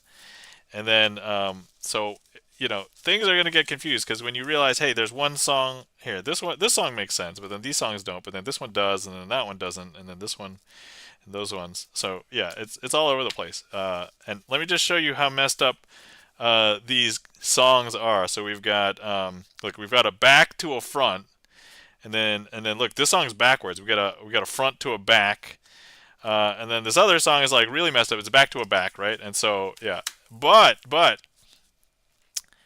Alchemutation's single "Skin of Evil" will stand out amongst all of the other songs because it's clear, the intent is obvious, and you know what? It will stand out as a unique song amongst all of these other songs because look. No, listen.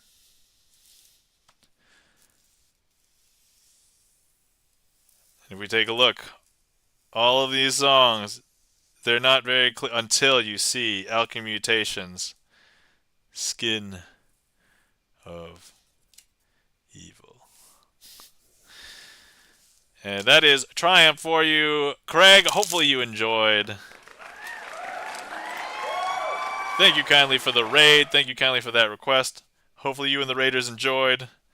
That was actually a treat for me. I was like, oh, wow, I get to work in. Because not only that, like, I don't think that would have worked out as well, like that whole sequence, if I also wasn't into Star Trek. Like, I also like Star Trek, so that helps a lot. So let's see. Let me just Skin of Evil sticks out like a sore thumb in a chart filled with Taylor Swift. Yo, Durkee Blaine is not wrong. It's like yeah, Taylor Swift, BTS, and then Taylor Swift, BTS, and then Alchemtation. It's like yo, that'll stand out for sure.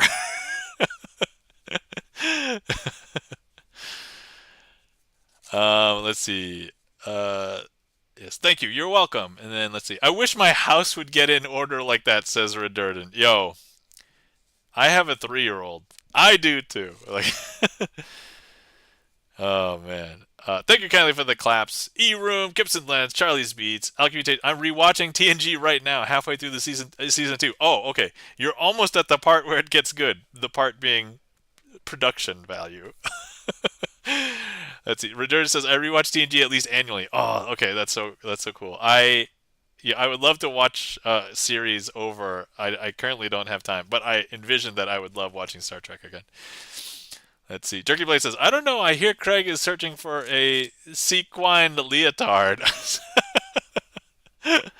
Oh, man. Haha, indeed. Nice. All right. Excellent. All right, cool. So next, we're going to do the coin matrix, but I'm going to need these tiny cards. Oh, man, and I didn't even separate them. All right, hold on. You guys are going to see me struggle with this for like a minute. Okay, so here's 1, 2, 3. Okay, and then we got to find a fourth one. Okay, there we go. All right, okay, so here's that. All right. Okay, so we have 4 coins, and we're going to need 4 cards. Okay, and here's what I'm going to do. I'm going to go ahead and cover each one of these coins, which are basically just other cards. Oh, that slid really easily. Okay, I gotta be careful for that. All right, so here's what we're going to do. What I'm going to do is I'm going to go ahead and place a card over each one of these. Man, this is probably not the best idea. And we're going to make these coins jump from so here to there. Ready? I guess in some ways I think this is going to work better. Okay, we're going to make this transport from here to there, site to site transport. That was a lot less. And then last one, there we go. Okay. I kind of want to do this over only because I was not happy, and then I was also learning, and then like there's a couple of benefits to this, but then there's a couple of not benefits to this. So okay, all right, and then also the whole. Okay, so here we go. We're gonna try this again. Okay, I'm gonna cover each coin with a card like so. And I'm be careful not to slide coins all over the place, or you know. And then okay, so now we're gonna try that again. We're gonna make this one jump from here to there. Do it with the Christmas ornament cards as cover for maximum chaos. Oh no, Alstro Art. We're not gonna do that. Okay, we'll do this one slow too. Okay, ready? And then we'll do this last one. There we go. All right. Okay. All right, Alstro Art. All right, we'll give it a try. We'll give it a try. All right, little tiny circles. Man, you guys are seeing this trick so many times. Oh, I just bumped the camera. Is this still aligned? That's the problem. So this camera is not in a fixed place. I stick it underneath my laptop on this shelf. Okay, all right. So let's see if I can do this. All right. Okay, all right. So we're going to attempt to do this with Charlie Brown with cards here and just pray. All right. I don't even know how to like rotate these so that I can get like clear access. All right, here we go. All right, we're gonna go ahead and make this one go from here to there under the ornament cover. We're going to make this one go from here to there under the ornament cover. And then we're going to make this one go from here to there under ornament cover. And that, my friends, are 3 coin matrices with varying degrees of difficulty and different props and things. All right, we're going to call it there for the coin matrix. Thank you kindly for the large emotes, Alsto Art. Alsto Art shaketh. And thank you kindly for the claps. Checking the gaff meter, Alsto Art, Chan the Magic Man. Thank you for that. All right, now we have to do a clear plastic card redeem. And we're getting close to the end of stream. I think I want to end in like the next 15 minutes or so. So last call, if anybody wants to see any more magic, request it in the queue now, and then we'll do everything in the queue. We will do a finale trick, and then we will find somebody to raid, assuming that all goes well. All right, so let's see. Charlie has requested, has redeemed the clear plastic cards. So let's go ahead and get the clear plastic cards out. If anybody has not seen me use these before, these are the clear plastic cards. So the clear plastic cards are made out of plastic. They're clear, so you can see through a large portion of the card. The backs look like this. Chan says, Lurk, good night, everybody. Chan, thank you for stopping by. Have a glorious night. Take care. Sleep well. Let's get some mod love for Chan. I'll do a shout out for the mods during at the end before the finale as well. So, okay. Anyway, now I got to figure out a trick to do with all of these clear plastic cards. Oh, how well? Hold on, I'm brainstorming. Let me quickly find. Let me see. I want to find 2 jokers.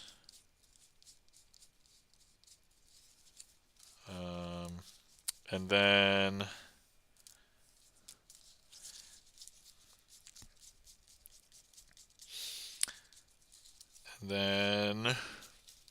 hold on. Okay, all right. Brainstorming. Brain working. Okay, let's go with this. Okay. All right. Okay, let's try this. All right. First thing, Nam has a great brainstorming face. Oh.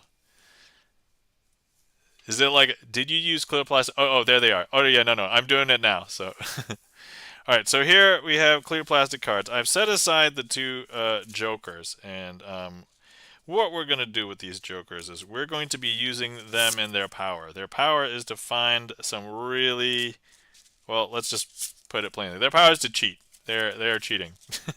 They're good at cheating. So here's what we're going to do. They are going to cheat by finding cards to use in a card game. And the card game they're going to cheat at, well, we don't know. They could be anything. But here, let me show you at a quick way is we place the 2 jokers into the deck as we fan through it, and they're going to grab a card. I don't know if you could tell, but they have grabbed a card, and that card is an ace. Now, I don't know if you can tell, but the 2 jokers are very good at finding aces. And you can see how that would be useful in a card game, right? So look, they can even do it at a long distance, because look, if I hold the jokers over here and I just fan through the deck like this, they'll grab it at a long distance. I don't know if you saw them catch it, but look, there's actually a card in between them now, and they are holding Ace of Clubs.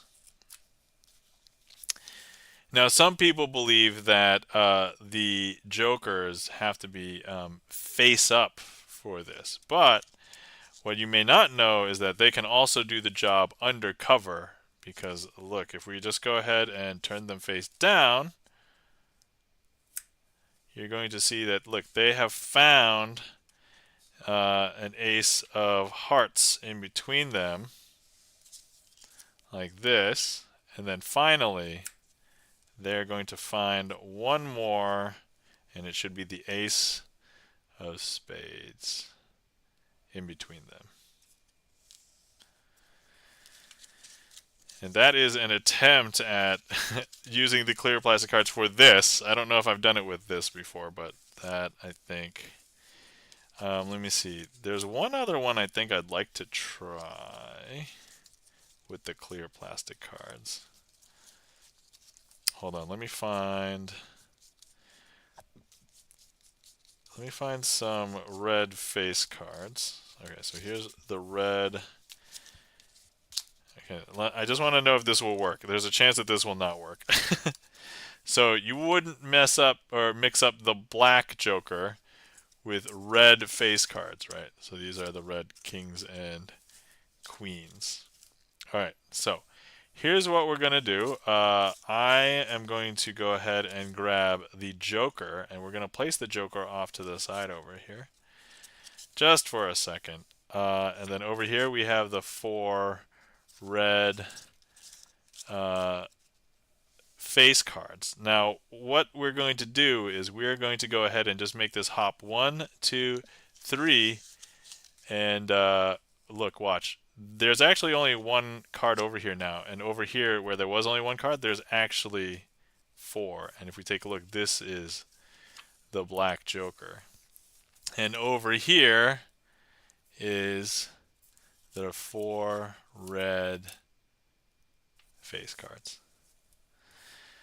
All right, and hopefully that is a good use of clear plastic cards. Thank you for the redeem and Charlie's Beats. Hopefully you guys enjoyed.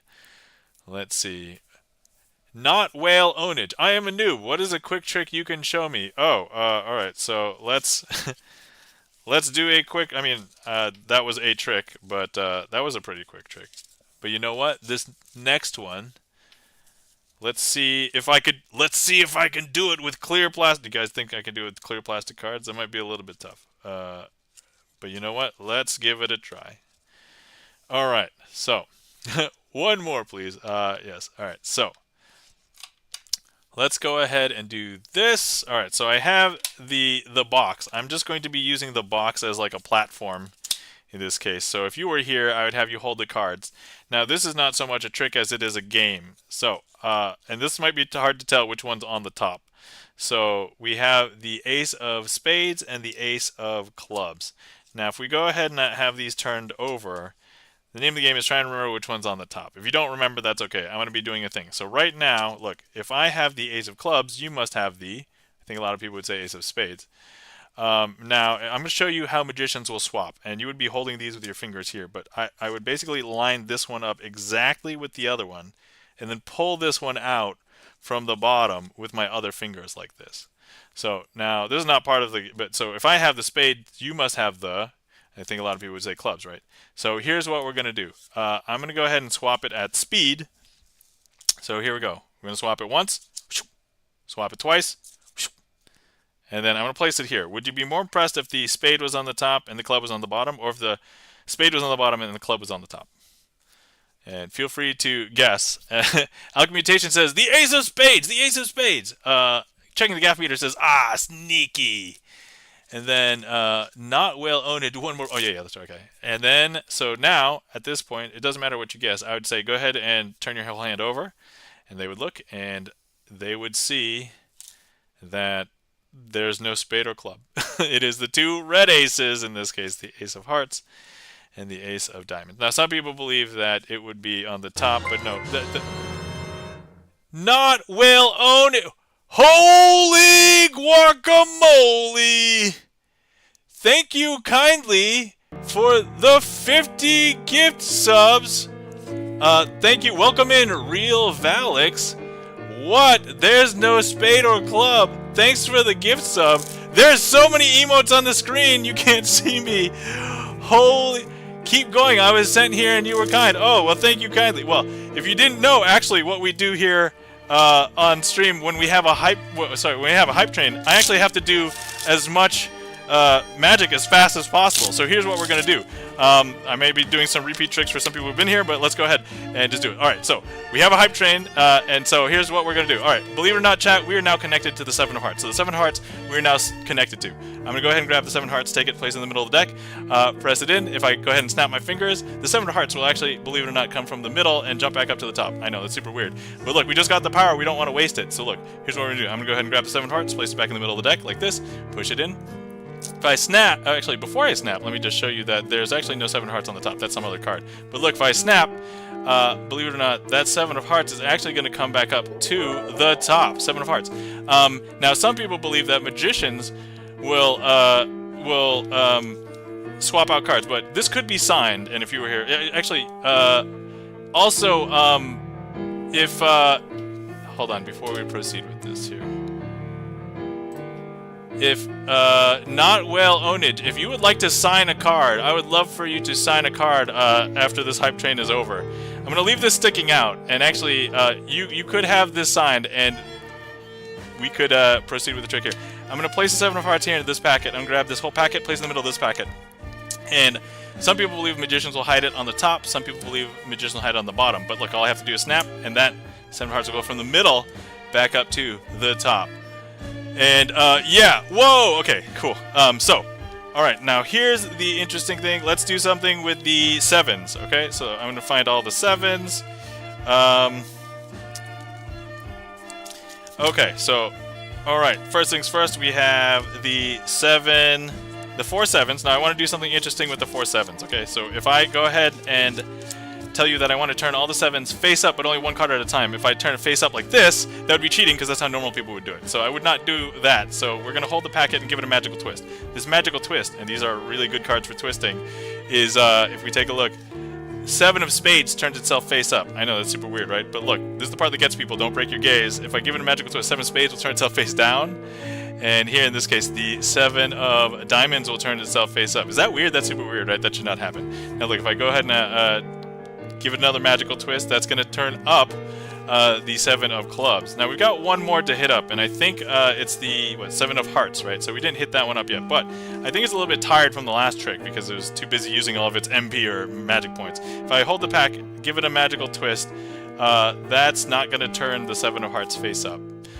Even if we give it 2 magical twists, some people are like, yo, Nam, you just gave it 3 cumulative magical twists. And to that I would say, you're right, but look, it still didn't turn itself face back up. But all we have to do is give it a snap, and actually that 7 of hearts will turn itself face up. Is that weird? That's super weird, right? Okay, alright, so let's see. Next up, let's go ahead and I'm going to place the 7s off to the side, and we need a selection. Doesn't really matter what it is. Doesn't matter that I know what it is. So let's say here, let's say the 5 of clubs. The 5 of clubs is going to be our selection. Okay, so remember 5 of clubs. I'm going to take the 5 of clubs, place it here. And what I'm going to do now is I'm going to use these 7s to be our helpers to try and find the card. So actually, I'm going to go ahead and turn all of the 7s face down over here. Actually, we don't have to find the card because it's right there. But actually, here's the surprising part, right? I'm just going to go ahead and wave my hand over these cards. And we'll go 1, 2, 3. And I don't know if you could tell, but actually there's only 1 card here now. And if I spread where this 1 card is, that 1 card actually becomes 4 cards. And so this 1 card is, believe it or not, our selection. It is the 5 of clubs. Thank you for getting that, checking the gap meter in there. And then, of course, these 4 cards actually are our helpers, the 7s. Okay, alright. Next up, let's go ahead and figure out another trick to do here. So, okay, first things first, we could have a card selected. Doesn't matter that I know what it is in this case, but I'm just going to go ahead and show chat right here. So, it's the 10 of diamonds. Okay, so we could have the 10 of diamonds get placed back into the middle of the deck like this. And then importantly, what we are going to do is we are going to go ahead and give this a hop, skip, and a jump. 1, 2, 3, and actually that hop, skip, and a jump did everything because if you didn't know, I actually turned the entire deck around that 1 card because look, all I have to do is snap, and we can show you that every card is facing in the opposite direction except for the 1. And actually, what was our selection? That should be the 10 of diamonds. Okay. The hype train's still going? Okay, guys, hype train's still going. Alright, I have to do 30-something more seconds of magic. Okay. Alright, so, here, let me do something, and hopefully I don't mess this up, because this one's hopefully a quick one. This one's been a boss trick before. Alright, so look, I have a red 10 and a black 10. 10 of diamonds, 10 of clubs. Now, if I go ahead and I place the 10 of clubs down there, we have the 10 of diamonds up here. All I have to do is go 1, 2, 3, and that's actually going to swap it, because now if you take a look at this card down here, let me just show you, this is actually the 10 of diamonds. And these could have been signed. Alright. And that, my friends, is a snap change. Some people believe that when I do a color change, we have to do something like this. So like if I show you that we have the Jack of clubs, I can change the Jack of clubs to, in this case, the Jack of spades, which, by the way, is the worst kind of color change. So if you don't like what it changes to the first time, you can change it to something else and change it to be a like a 9 of hearts, for example. Now, some people believe that I have to change it back, so I have to change it back to a blackjack. But no, I can change it to a black 10 instead. All right, and that, my friends, is a handful of color changes. Woo! Okay, all right. So that, my friends, I believe that concludes uh, a hype train. Thank you so much for all the hype train support. So Alstro Art for the 100 bits and Not Whale Ownage for the 50 gift subs. Holy guacamole! Um, let's see. So, not whale ownage. I don't know if you know. When somebody subs here or gives 500 bits or gives subs or subs, you get to sign a card. And then if you come back and you request a trick, if I can use your card, I try and use it. So, not whale ownage. I would be honored if you could sign one of these cards. So I'm going to set aside the ones that are open. And so if you can pick one of these, I would love to have you sign it. And that would be awesome. So I think about 2/3 of the deck or half the deck has been signed. So I forget, but we're some of the ways through this deck. So all right, okay. These are the ones. Hey. Oh no, that was Alchemy Mutation. I was about to say E-Room. Okay. Let's see. Real Valix says, well, not well owned. You best, brother. Mike 2600 would be proud. Oh, you know Mike 2600? Thanks, guys. Yeah, Mike 2600, also a fellow magician. Mike 2600, also a DJ and also a magician. I was able to meet Mike 2600 at a convention a couple years ago. So, all right. So, let's see. I think some stuff.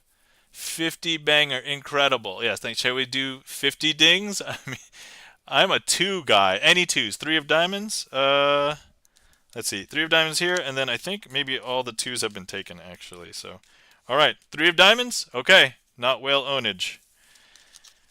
There we go. We will sign not whale ownage on the 3 of diamonds. Thank you so much, not whale ownage. Okay. I'm going to make sure I spell it right. Not whale ownage. Okay, it's exactly the way I think that it's spelled, but I've messed up somebody's name before, so I don't want to mess up anybody's name. So, not. And thank you for the follow, not whale ownage. Greatly appreciate it. Whale. And then ownage, not pawnage. Okay. O. Nidge. Okay. Whew. All right. Just sign whale ownage. Oh, okay. Oh, that's my alt. Oh, okay. I can also just write whale ownage over here. That's fine. Whale ownage.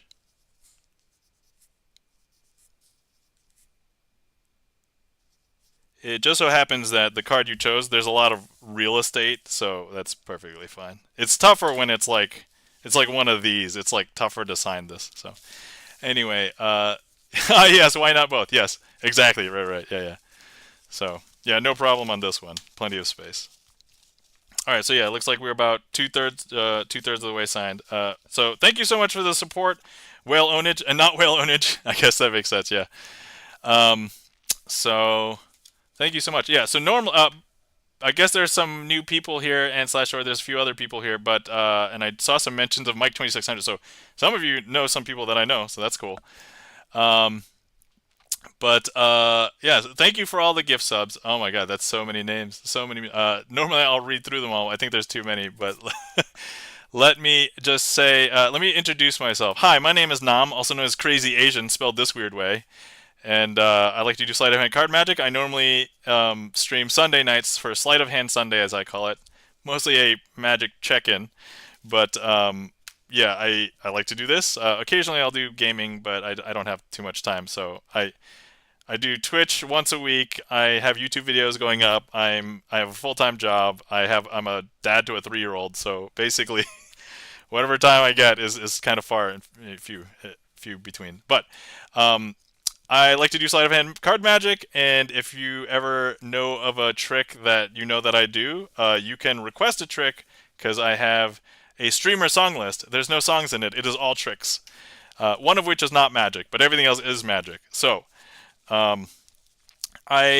let's go ahead and do a trick for not whale ownage or whale ownage, whichever we prefer. So let's do a trick for them using the new card, so that the card is being used the first stream here.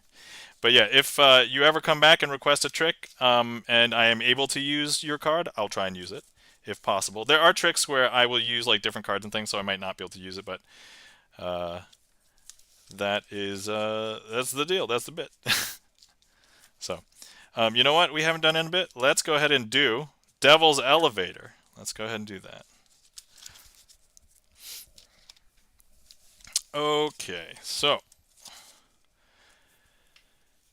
let's go ahead and switch back to Magic View. So here we have, what I want to show is we have 4.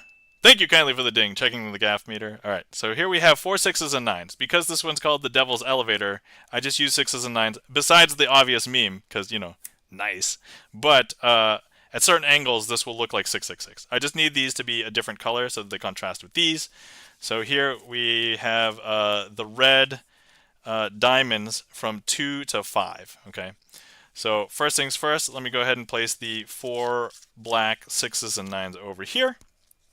I'm going to lay out the other cards over here. So here we have a 5 of diamonds. Then over here we have a 4 of diamonds. Then over here we have our 3 of diamonds, newly signed by not whale ownage or whale ownage. And then of course we have our 2 of diamonds. I'm going to go ahead and place the 2 on top of this pile. So I don't want you to think of hell as a religious place. It's really a business, and as all good businesses, they have a maintenance elevator. So if you ever find yourself in the levels of hell, so each one of these cards will represent the level of hell. So the first, second, third, fourth, fifth. And if I take the 2 and place it in the second level of hell, so I use these numbers because it's the easiest way to remember. Here's the way to get out. You go ahead and go in the elevator. You close up the doors. You find the elevator button. You press the elevator button. And then hopefully that will bring the elevator up to the uppermost level of hell. There's the ding.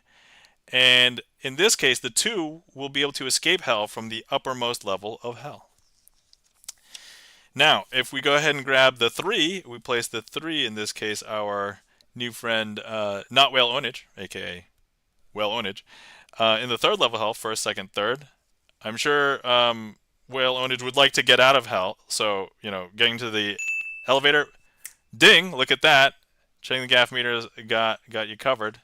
If we take a look, the 3 has jumped back up to the top and is able to escape hell. Now, some people believe that there's some shenanigans afoot, but look, these are the same black 6s and 9s that are being used the entire time. Now, I'm going to go ahead and place the 4 here in the 4th level of hell, the 1st, 2nd, 3rd, 4th, and 5th. And now that's going to close up, but look, all we have to do is press the elevator button. That's going to go ahead. Thank you kindly checking the gaff meter, because now look, the 4 of diamonds has found its way up to the top. Some people believe that I've been using more than 4 cards, but no, these are the same 4 cards that we've been using the entire time. I'm going to clearly place the 5 here on the bottom in the 5th level of hell, 1st, 2nd, 3rd, 4th, 5th. Close up the doors, press the elevator button, and that will hopefully get ding, and there we go. Thank you so much for all those dings checking the gaff meter. The 5 of diamonds is now on the top and can easily escape.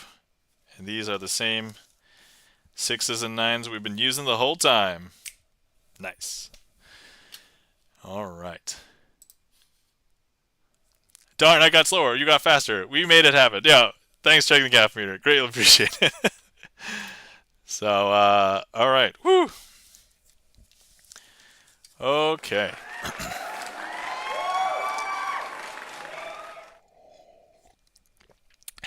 Thank you kindly for the claps and the applause. Checking the gaff meter, e-room.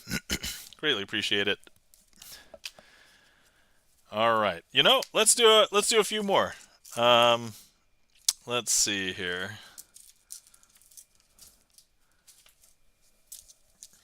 What can we do? You know what? Let's do this one. Okay. All right.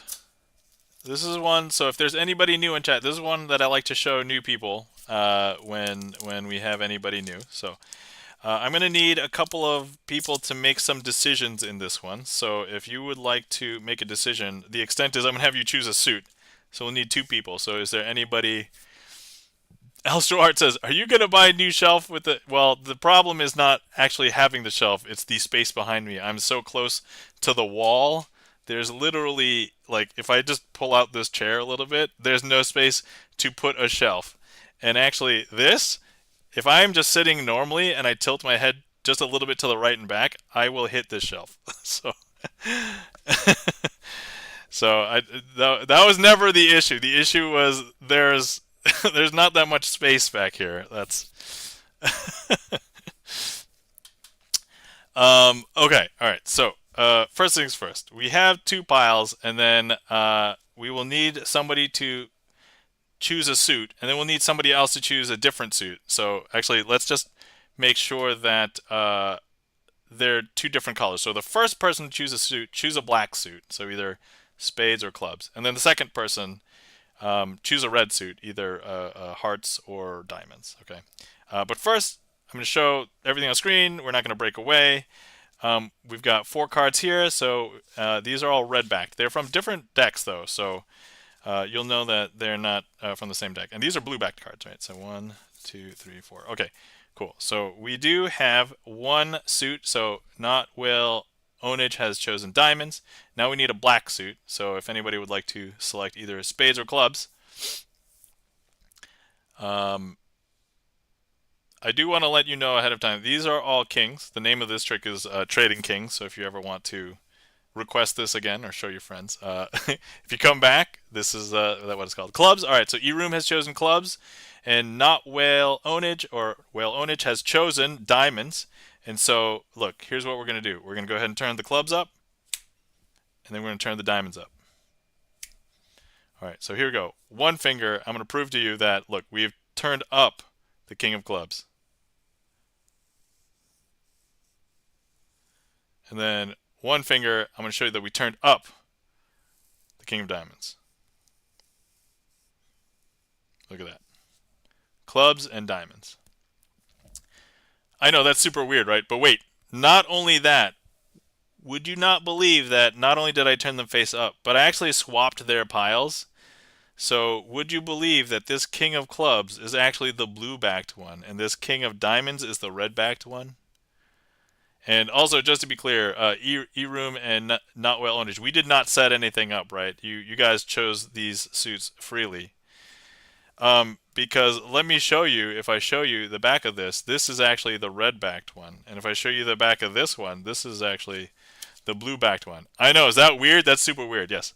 Not Well Ownage has confirmed correct, no setup. But actually, not only that, those were actually the only ones you could have said, because I know I did lie at the beginning, but you know, magicians lie.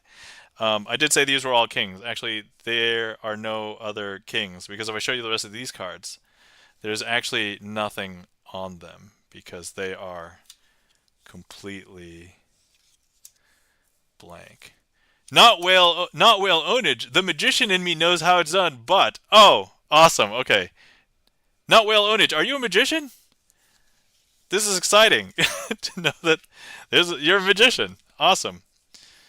Then yeah, I mean, look, a lot of the stuff that I do is not like super complicated. If you're into magic, so I try and put on a good show. I like to put on a good show, so I tell a lot of stories. I like change the stories. I'll come up with a pattern on the fly. I've done that. So. Nah, just video lecture. But yeah. Oh, okay, awesome. That's cool. Well, welcome in. Yeah, this is yeah. So this is my little magic corner magic stream. So I normally do Sleight of Hand Sundays, usually just on Sunday. But yeah, that was my. So I like this trick because it is yeah, it's like a 1, 2, 3 punch, right? So it's got the first reveal where it's like, whoa, I turned them face up, and then the second reveal, it's like, I swapped the piles, and the third one, it's like, that's all you could have chosen. So I do enjoy that. So I enjoy it. Excellent. Well, I'm happy. You you're a magician. That's so cool. Yeah, one of the things that I when I started magic, I was like, I don't know how long it would take me to like get on the radar of magicians. And then I went to Magifest last year, and I was like, I'm able to just hang out with magicians. Like, there's famous magicians that have fooled Penn and Teller like 3 times, and I'm like, I was able to just approach them and get a selfie and be like, hey, can I get a selfie? Awesome. Hey, you had a great performance. Blah blah. It's so nice. It's so cool. FYI, for everybody else, the world of magic is surprisingly not big. Like, it's actually very small. Like, I'm used to going to big conventions that were like, like PAX, Gen Con, like 60,000 people. And then I go to a big magic convention, like Magifest, one of the larger magic conventions here in North America, and it was like 1,000 people. And I'm like walking around, I'm like, this is quite leisurely. This is not at all. There's no pressure. Like, and I'm like, oh, 1,000 people. This is easy. It's like I don't have like 50 bajillion people around me. It's so nice. Yeah, I enjoy it. It's not big, but also welcoming. Yes, yes, it is. I think once. So I am enthused when I meet magicians. And there a funny story the other day. By the other day, I mean like a month and a half ago, I think. I went to hang out with my magic friends locally. We were at a bar, and at the end of the night, one of the other magicians was like, "Oh no! I dare you to go up to those 2 guys at the bar and do some magic for them." And I don't know if he knows. I mean, I think he knows that I would totally be willing to do that. I've never had a paid gig in my life, but he says that I might be able to do it. But he has paid gigs, and he's like, no, I wouldn't do it. And I'm like, all right. So I walked up to the 2 guys. Apparently, one of the guys is a magician, and so we commiserated and talked a little bit about like, and that was a fun time. So I only know basic tricks, but everyone is always friendly. Yeah, yeah. I mean, once people know that you're like interested and like here's my philosophy, right? If you are willing to learn and perform magic, then like I'll teach you anything and everything I know. But like, I don't want to teach people who just want to know the secret, right? Because then you're taking time and effort away from like everybody who's put in, blood, sweat, and tears into learning tricks and routines and things like that. So that's kind of like my philosophy.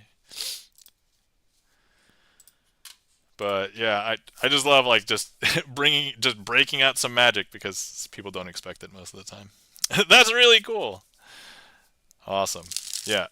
Okay. Cool. So, normally I said before the hype train that we were going to start getting ready to wrap up, but because we had a bunch of new friends and actually we saw a bunch of familiar faces dropping in saying thank you, so I figured we would do a few more.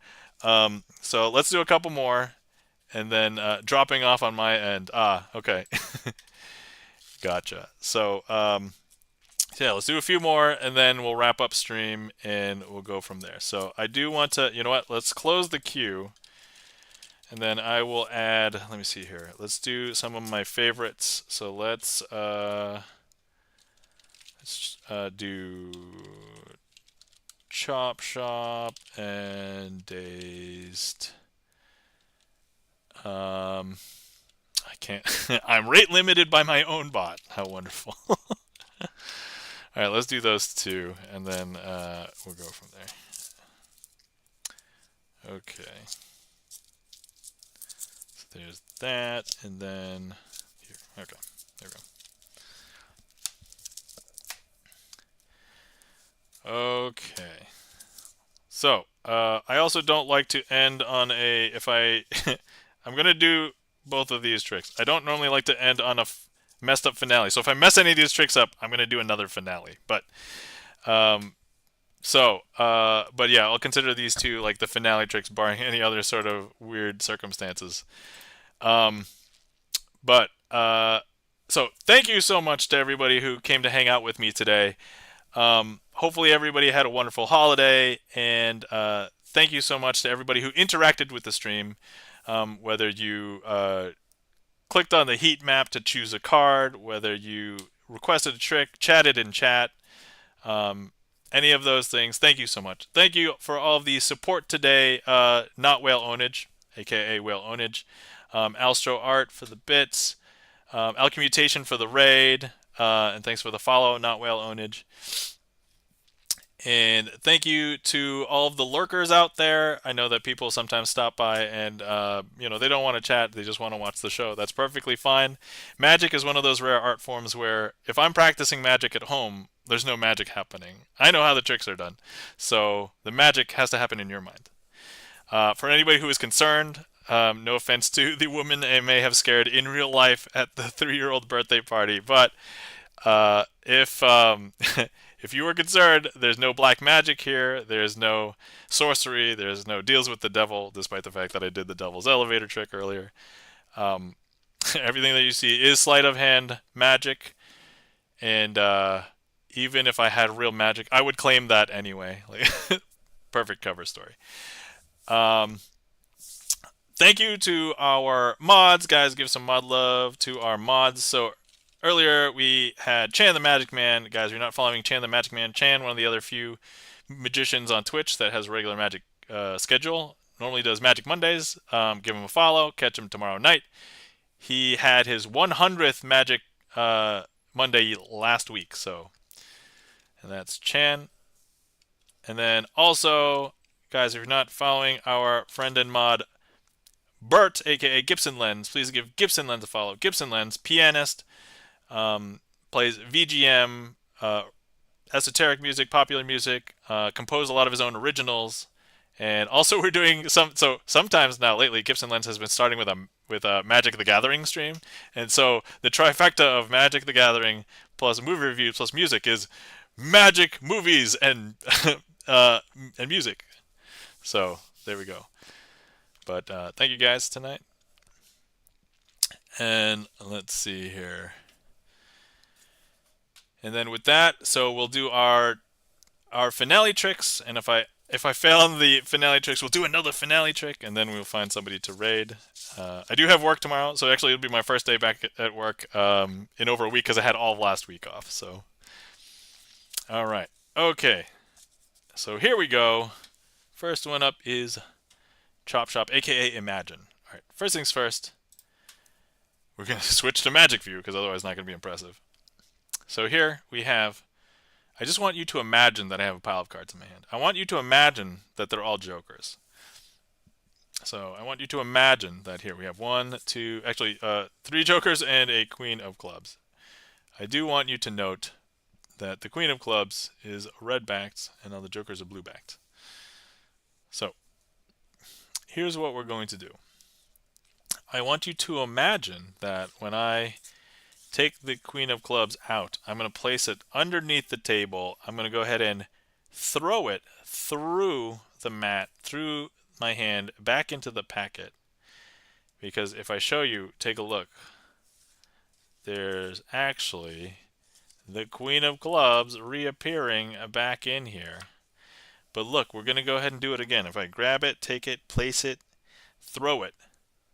Hand is empty, through the table, through the mat, back into my hand. And if I show you, look, it actually appears back. And if you're getting sick of it, yeah, we'll just do this one more time. Okay, boom, back through the table, through the mat, through my hand, back into my hand. But actually, none of that happened, right? Because you just imagined all of it. Please tell me you imagined all of it. Because if you take a look, this queen of clubs, I know I told you to imagine it, but actually your imagination is really good because if I show you, there's actually no queen of clubs here. There's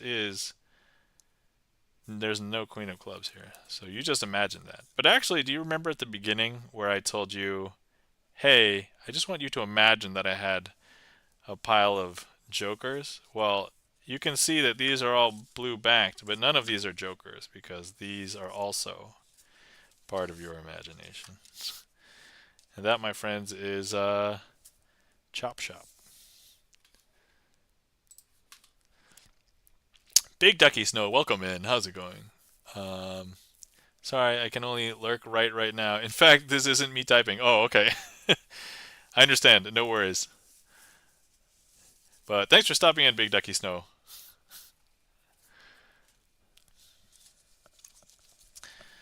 All right, we'll call that a successful performance of that trick. Thank you kindly for the claps. E-Room, GipsonLens, Alchemmutation. All right, one more trick, and then I have to think about getting going and going back to sleep. And I'm not sure how well fixing my sleep schedule is going to work tonight because I've been up like at weird times, and I have to get up for work tomorrow morning. So thank you kindly for the claps. Checking the gaff meter. All right, cool. So last trick is dazed. If I don't mess it up, then it will be the last trick, and then we'll find somebody to raid. All right, so here we go. I've got a pile of cards here. We've got a six of diamonds. I'll just leave that there. We've got a queen of clubs. And then we've got four of the cards. Now, these cards have a strange property. But if I count through them on the backs, nothing will seem weird because 1, 2, 3, 4, right? It's not until I show you the other side will it look really weird because it looks like there's backs on both sides, right? So, except for maybe this card's super weird. So this is the card before they print a face on it. See, it's got a back, but there's nothing on the front. But they're all going to look the same on the back anyway. It's just this front is where it's going to look different. But the strange property with these other cards is actually, so these double back cards, if I hold them over like a card, like the six of diamonds here, right? So if I hold them over the six of diamonds, they'll actually reflect the six of diamonds. Not only that, all of the cards will become six of diamonds because look, there's 1, 2, 3, 4 sixes of diamonds. Is that weird? That's super weird, right? Maybe that's not so weird because you're like, aha, magician doing sneaky things. Well, that's okay. This is the part that gets really weird because now look, if I hold this over the queen of clubs, not only will it reflect it, but actually if I show you, all of the cards have turned into queens of clubs because look, now there's 1, 2, 3, 4 queens of clubs. I know, is that weird? That's super weird, right? Now you can even still see that look, the cards are still queens of clubs at this very moment. But all we have to do is if I actually go ahead and make the blank side show, actually all of the cards will turn into a blank card. I know that's very hard to believe. 1, 2, 3, and 4. And at this point, some people are like, whoa, whoa, whoa. I want to see the backs of those cards. And to that, I would say, sure. Here, 1, 2, 3, 4 normal backs. And that, my friends, I will say is a successful performance. And we'll call that a successful finale.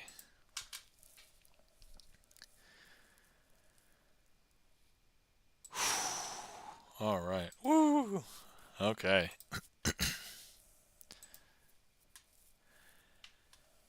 Thank you kindly for the claps. GipsonLens, checking the gaff meter, Alchemmutation, E-Room. Thank you so much. Thank you everybody for coming and hanging out with me. Oh yeah, we should probably unpin. All right, cool. And now let's find somebody to raid. So unfortunately, there are not that many magicians streaming on Twitch at any given time. So as much as I'd love to raid another magician, usually unable to, unless I change my schedule, in which case I don't know if I'll be able to. But I know when some of the other magicians are going. But great night. Thanks so much, Tom. Yeah, you're welcome. Checking the gaff meter. My pleasure. So let's see. For anybody who's wondering, I normally try and raid out to either Twitch friends or like a Twitch musician because, you know, magic is a performance art. Music is a performance art.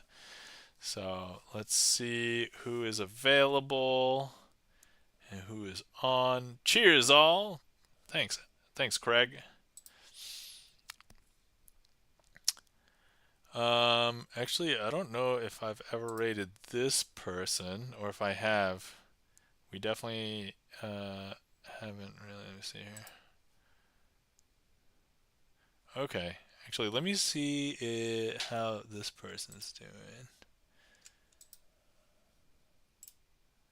Let me. Okay. The good news is that my browser appears to be working. The last couple of streams, my browser has failed to let me do stuff. All right, let me consult the spreadsheet to see how. Oh yeah, I do have to go back through stream and be like, what are the boss tricks today? So that's going to be harrowing for me.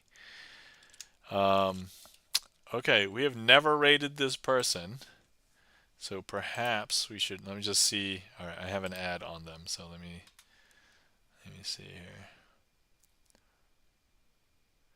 All right.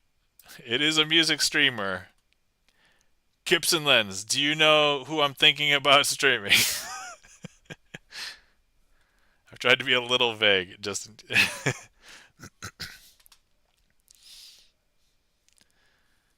okay, okay, so let's see.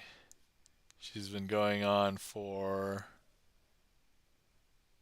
2 hours 20 minutes ish. I'm not sure. Oh, okay, all right.